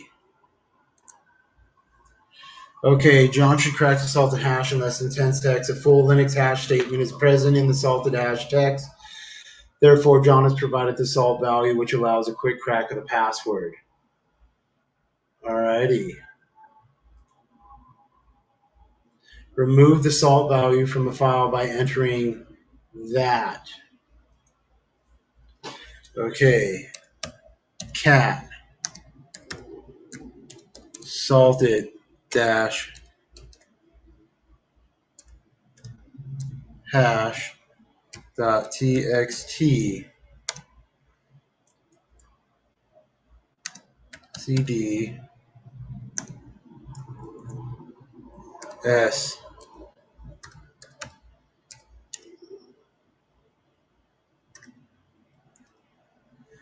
g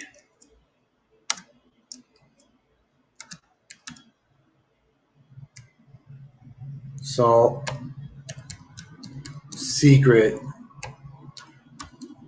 hash dot txt.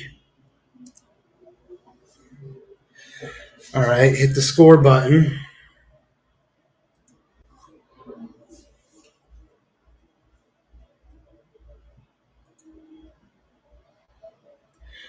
All right, use John the Ripper hash when salt value is not known by entering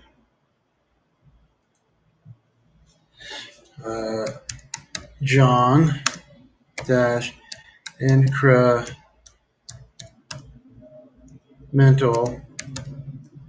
salt dash secret dash hash dot txt enter.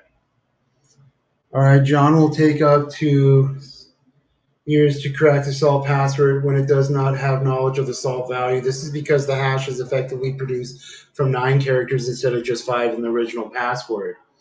All right. The default character set used by John the Ripper in standard blah blah blah table 95 characters, uppercase, lowercase numbers, blah blah blah.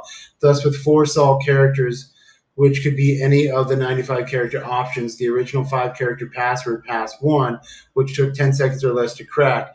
The salted hash of the password with a 4 character salt would take 10 seconds times all that. Wait about 10 seconds, then press the spacebar on your keyboard to get a status report from John. Wait 10 more seconds, then press the spacebar again, then repeat this several more times.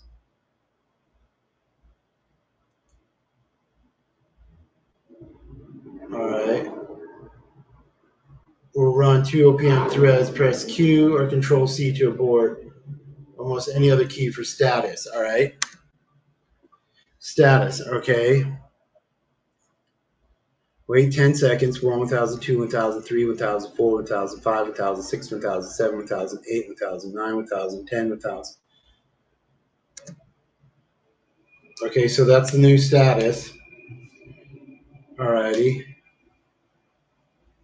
Notice the far right status element. This is the range of passwords being attempted at the instant you pressed the spacebar to present the message. The status output includes successful guesses, number Gs, time lapse, successful guesses per second, candidate password tested per second, crypts, cipher computations, and all that shit. Okay. Type Control C plus C to terminate thing. So caps locks CTRL.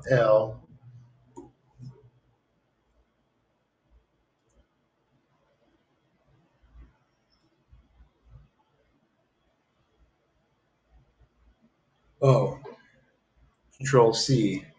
There we go.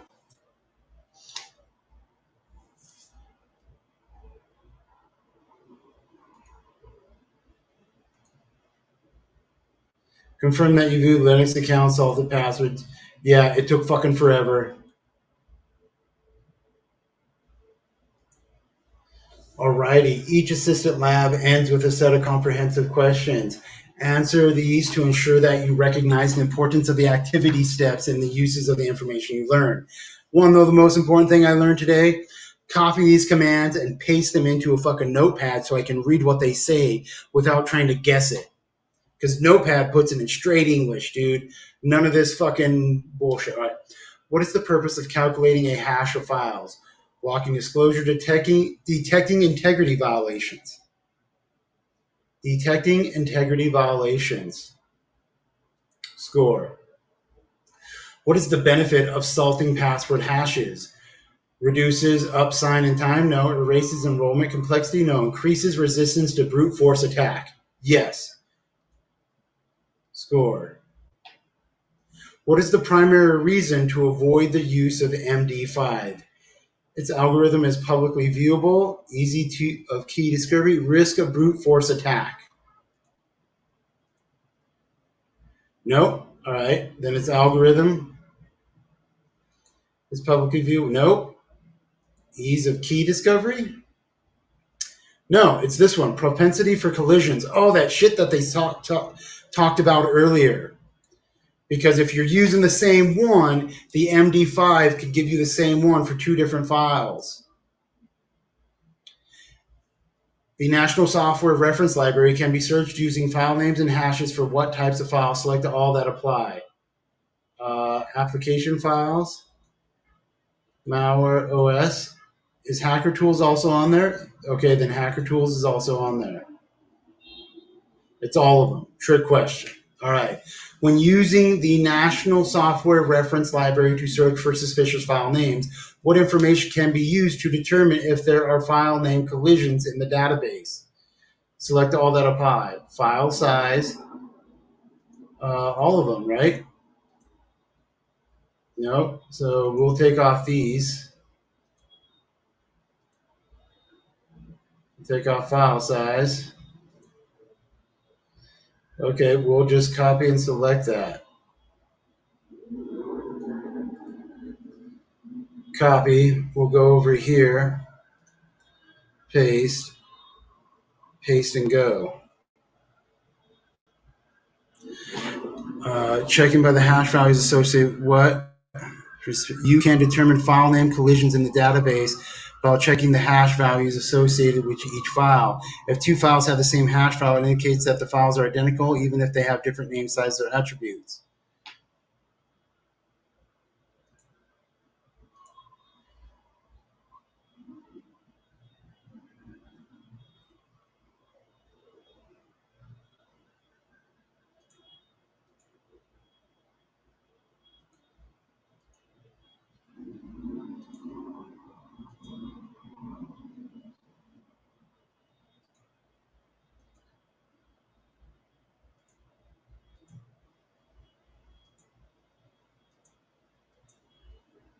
Okay, there we go.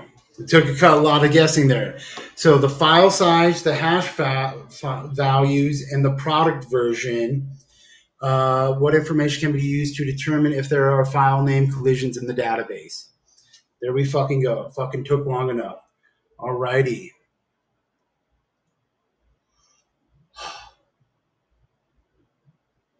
Grade lab. All right. This concludes this lab. When you have finished the lab, please ensure that you end it properly rather than just closing the browser window. Once you hit submit, you will not be able to return to this lab instance. However, if you want to repeat the lab, you can launch a new instance from your lab portal.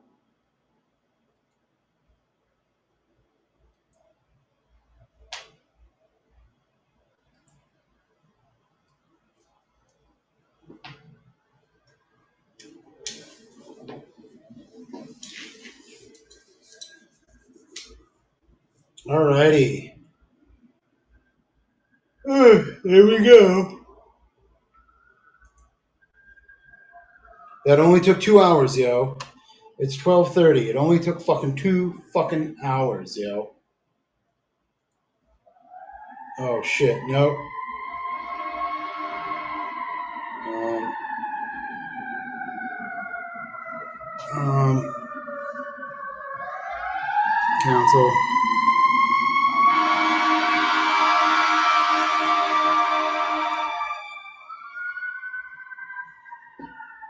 You guys hear that?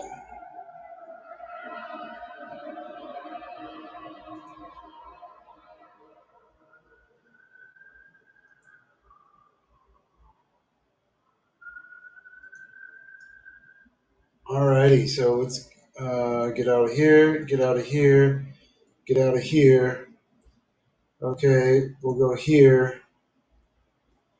Alright, we just did that.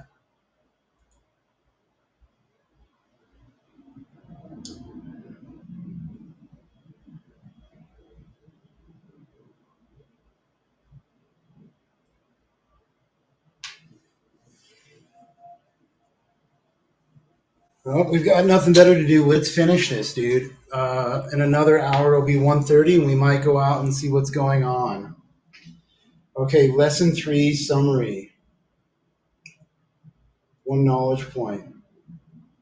Lesson 3 summary. You should be able to summarize types of cryptographic functions, hash algorithms, symmetric cipher, asymmetric cipher, and explain how they are used in digital signatures, digital certificates, and disk file database transport encryption products to provide confidentiality, integrity, and authentication. You should be familiar with the tools and procedures used to use different types of certificates and manage PKI operations. Guidelines for implementing cryptographic solutions.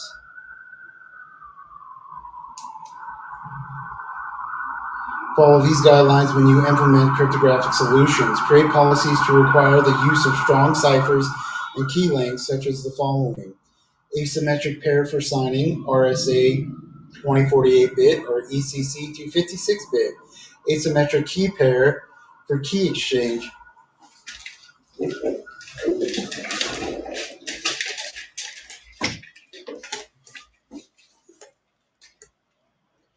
RSA 2048-bit or ECDHE 256-bit.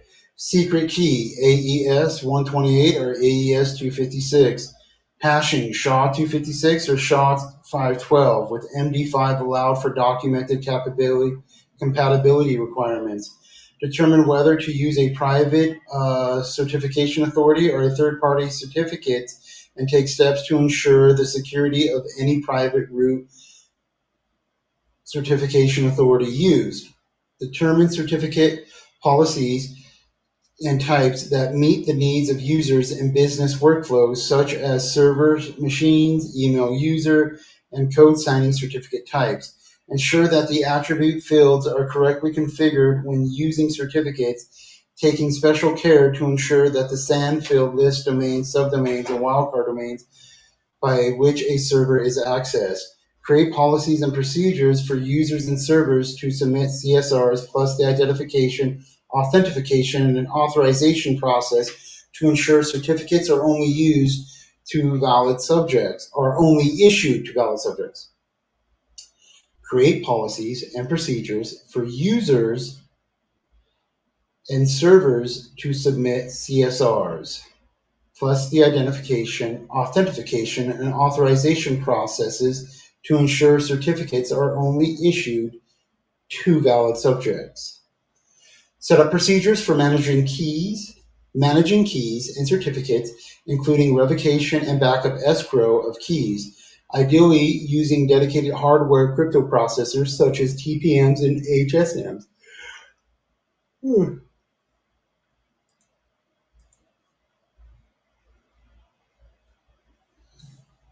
Okay, lesson 3 practice questions. 42 questions, dude. All right. What best describes text that is not encrypted? Plain text.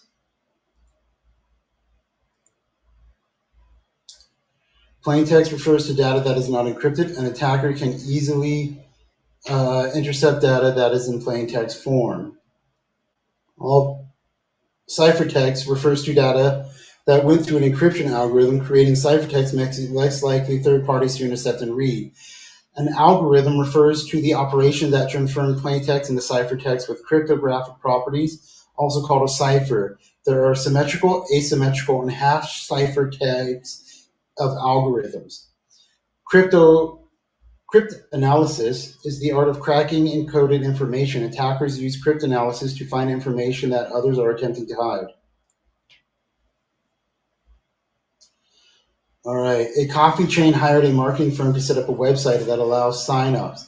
However, after running a test on the website, an error message in the browser stated that the connection was insecure. What framework should the marketing firm use to ensure this error message does not show up? Certificate authority, right? Or public key infrastructure? I think it's certificate authority. No, it is public key infrastructure. Fuck. Refers to a framework of certificate authorities, digital certificate softwares, and services, and other cryptographic components. Okay. Continue.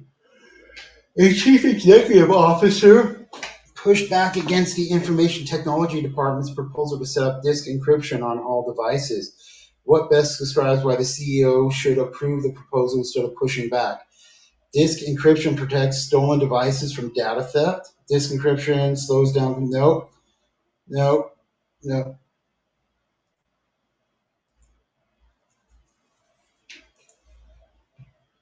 An indie game developer created a browser based on the Chromium project. The developer must ensure that anyone using the browser is safe from invalid certificates. What service should the developer use to ensure the browser blocks revoked certificates? Oh my god, I can't remember this one. Is it this one? Dude, I don't remember. Oh, it is CRL. All right. Certificate authority. All right, certificate revocation list. All right, that's what it is. What is CSR?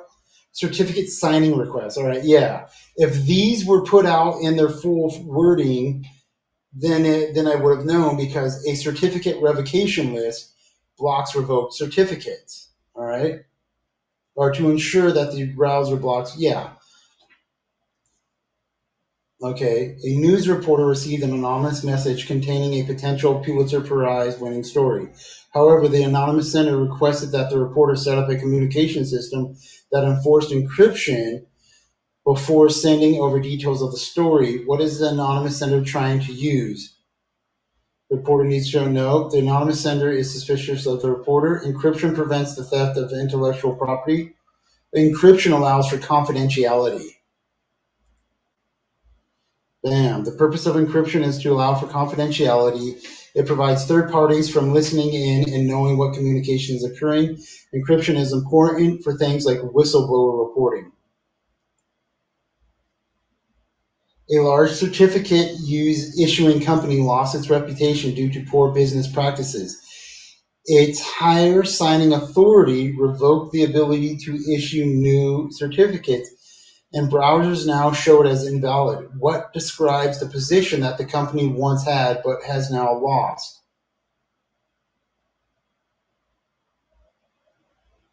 A large certificate issuing company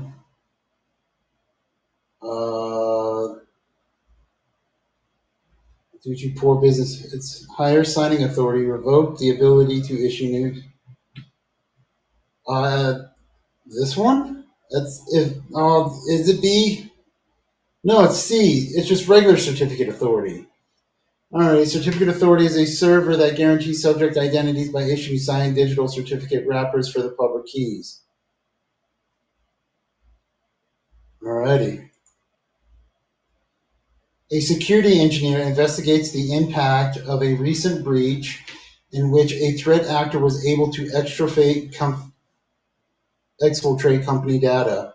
What cryptographic solution serves as a countermeasure that mitigates the impact of hash table attacks by adding a random value to each plain text input?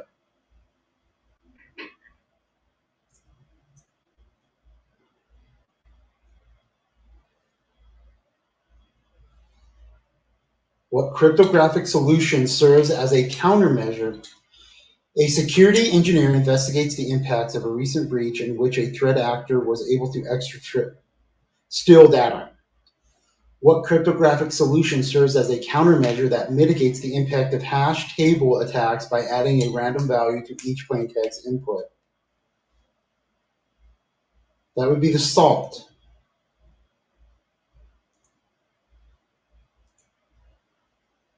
Yep.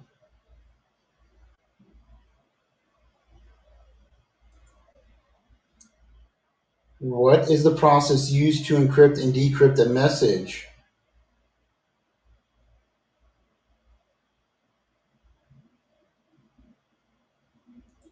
Oh, do they want algorithm? It is algorithm. Fuck.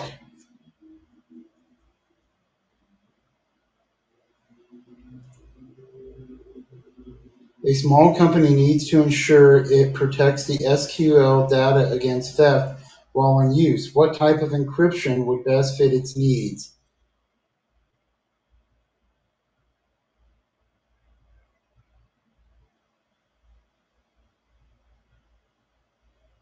Database? Yep.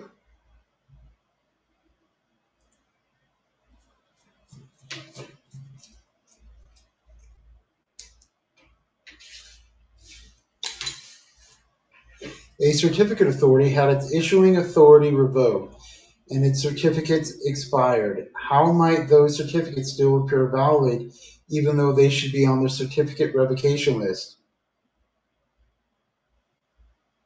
The list still needs updating right here. Requires updating. Bam.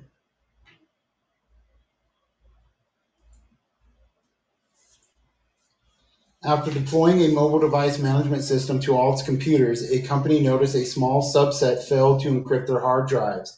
After inspection, those devices do not have the correct component required for the drive encryption to function.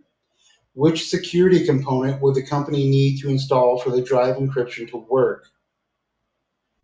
CPU, TPM. This is revocation list. This is a computer stuff. This is computer stuff. This is random access memory. This is your CPU, central processing unit. This is the certificate revocation list, so it has to be TPM. Bam. Trusted platform module. Chip holds the cryptographic secrets and hardware state to help secure an encrypted hard drive.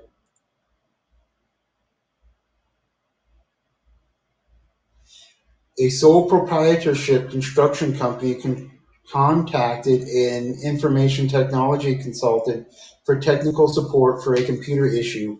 After resolving that issue, the consultant suggested the construction company enable computer encryption. Why might the company want to enable encryption on its computer hard drives?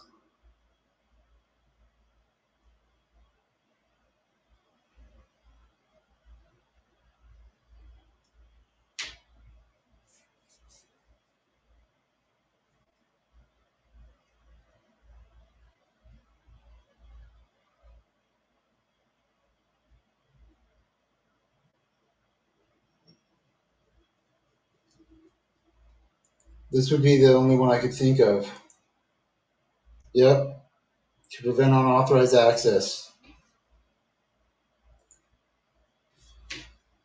A cancer diagnostic clinic must transfer a large amount of data to a cloud vendor to mitigate from its on-premises servers. Oh, to migrate. A cancer diagnostic clinic must transfer a large amount of data to a cloud vendor to migrate from its on-premise servers. However, the amount of data would take the transfer over the internet take extensive time due to the limited bandwidth the clinic's internet provides. Instead, it wants to ship an encrypted copy of the data to the vendor. What type of encryption would best fit the clinic's needs? Asymmetric, right? No, it's fucking symmetric. Symmetric L is one of the same encrypted. Only authorized persons should know or have a secret key. Those get confusing. All right, because they're sending the whole thing. Because if you look here, asymmetric algorithms perform both decryption, but with different but related public and private keys in a pair. All right, if we're sending the whole hard drive, you want symmetric. A security engineer noticed a high volume of images sent from the company network to a popular gaming social media platform. After reviewing the images, the security engineer saw that the images were seemingly benign. Why might these images still be a threat?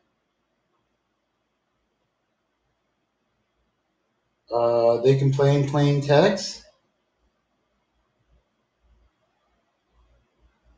Or is it stenography? I'm going to go with plain text. No, it is stenography. Fuck, I need to go with what I think it is, yo. Stenography embeds information within an unexpected source, such as a message hidden in a picture. Cover text describes the container document or file that it resides in.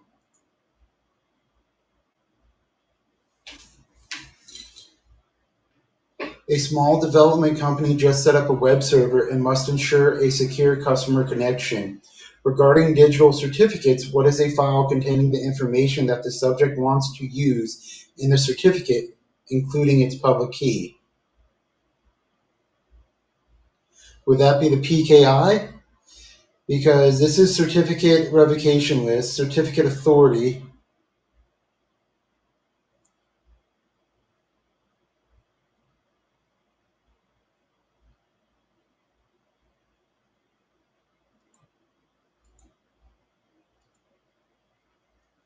No, it's CSR. Certificate signing request. Yeah, they need to expand the actual words here.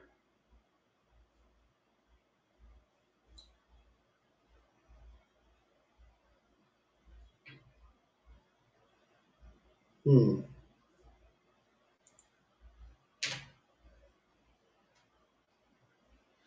A coffee chain hired a marketing firm to set up a website that allows signups. However, after testing the website, an error message in the browser stated that the connection was insecure.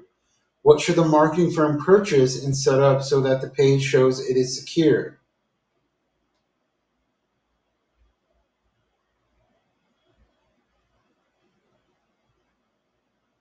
Digital certificate. It could be A. It could be B.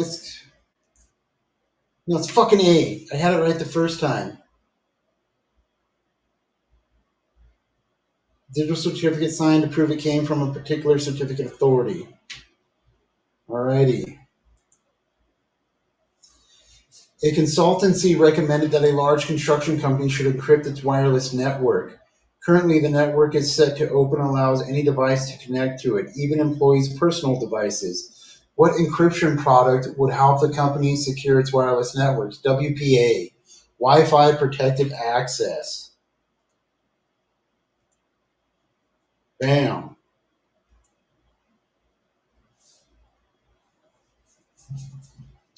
Why might a company want a longer key length? To improve the performance of the algorithm, to slow down the initial encryption, to increase the chances of ciphertext, to decrease the chances of ciphertext cracking.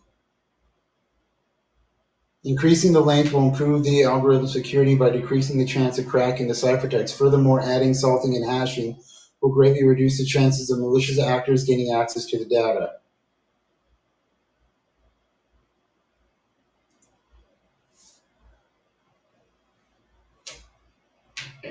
A security consultant is working with a client to improve security practices. How can the consultant describe cryptographic hashing so the client is more likely to accept recommendations? A security consultant is working with a client to improve security practices. How can the consultant describe cryptographic hashing so the client is more likely to accept recommendations? Hashing allows any plaintext length to look the same length as ciphertext. Hashing allows the same length of plaintext, different lengths of ciphertext. Let's fucking see. I gotta go with the answers that I think I'm second guessing myself here, yo. Hashing encrypted data makes it much more difficult to break. Hashing takes a length string and makes it the same length. The hashing algorithm also uses. Yeah, that's right. So plain text length to look the same length as ciphertext.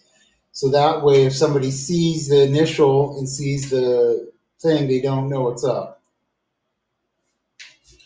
A small enterprise needs a key exchange method to ensure perfect forward secrecy. It needs something that can help future-proof its security while it grows. Which key exchange method would meet the needs of the enterprise?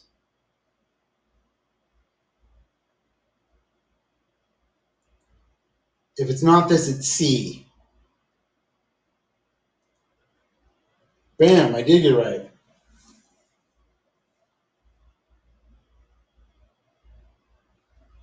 PFS uses Diffie-Hellman key arrangement to create ephemeral session keys without using the server's private key. Yeah, so it only happens once, or it's only used once per action. So you can have 1,000 actions, and then it'll have 1,000 different keys or hashings each time. A recent security flaw allowed a malicious actor to access sensitive data even though the data never left the server, and there is full drive encryption. Which data state did the malicious actor most likely compromise?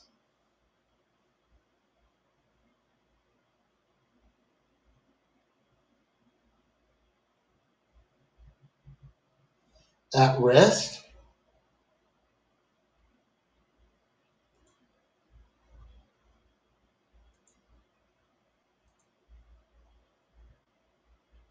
In use. Oh, okay. So it allowed it to access sensitive data even though the data never left the server, and there is full drive encryption. So only what was being used could be seen. If it's at rest, it's resting in the encryption. Data in use or data in process refers to the state in which data is present in volatile memory, such as system random access memory or central processing using registers and cache. The security flaw allows for data exploitation while in use. Data in transit or data in motion is the state in which data transmit over a network. In the scenario, the data never left the server. Data at rest refers to the state when the data is in some persistent storage media. In the scenario, there is hard drive encryption. Bluetooth would involve data in transit and not related to the exposure of data itself. Data at rest refers to the state when data is in some persistent storage media. So it can't be at rest because it's encrypted, so it has to be in use.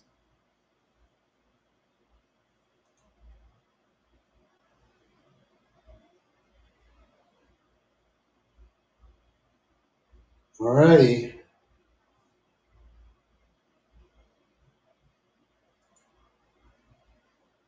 Okay. So there we are. We are now on to section 4. Alrighty, so we're going to call it, we're 2 hours and 25 minutes into this. So yeah. And then we will go on to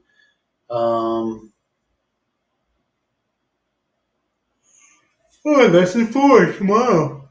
Alrighty. Okay, everybody in YouTube land, stay warm if you need to stay warm, stay cool if you need to stay cool, stay healthy, stay sober if you're choosing sobriety, because currently on a sobriety trip. I went to let's stop the screen. Went to one of those cannabis industry thingies. Had 2 drinks. It was a completely fucking waste. It was like $30, dude. Yeah. So, anyways, yeah. Peace. Love you. And broadcast. Click.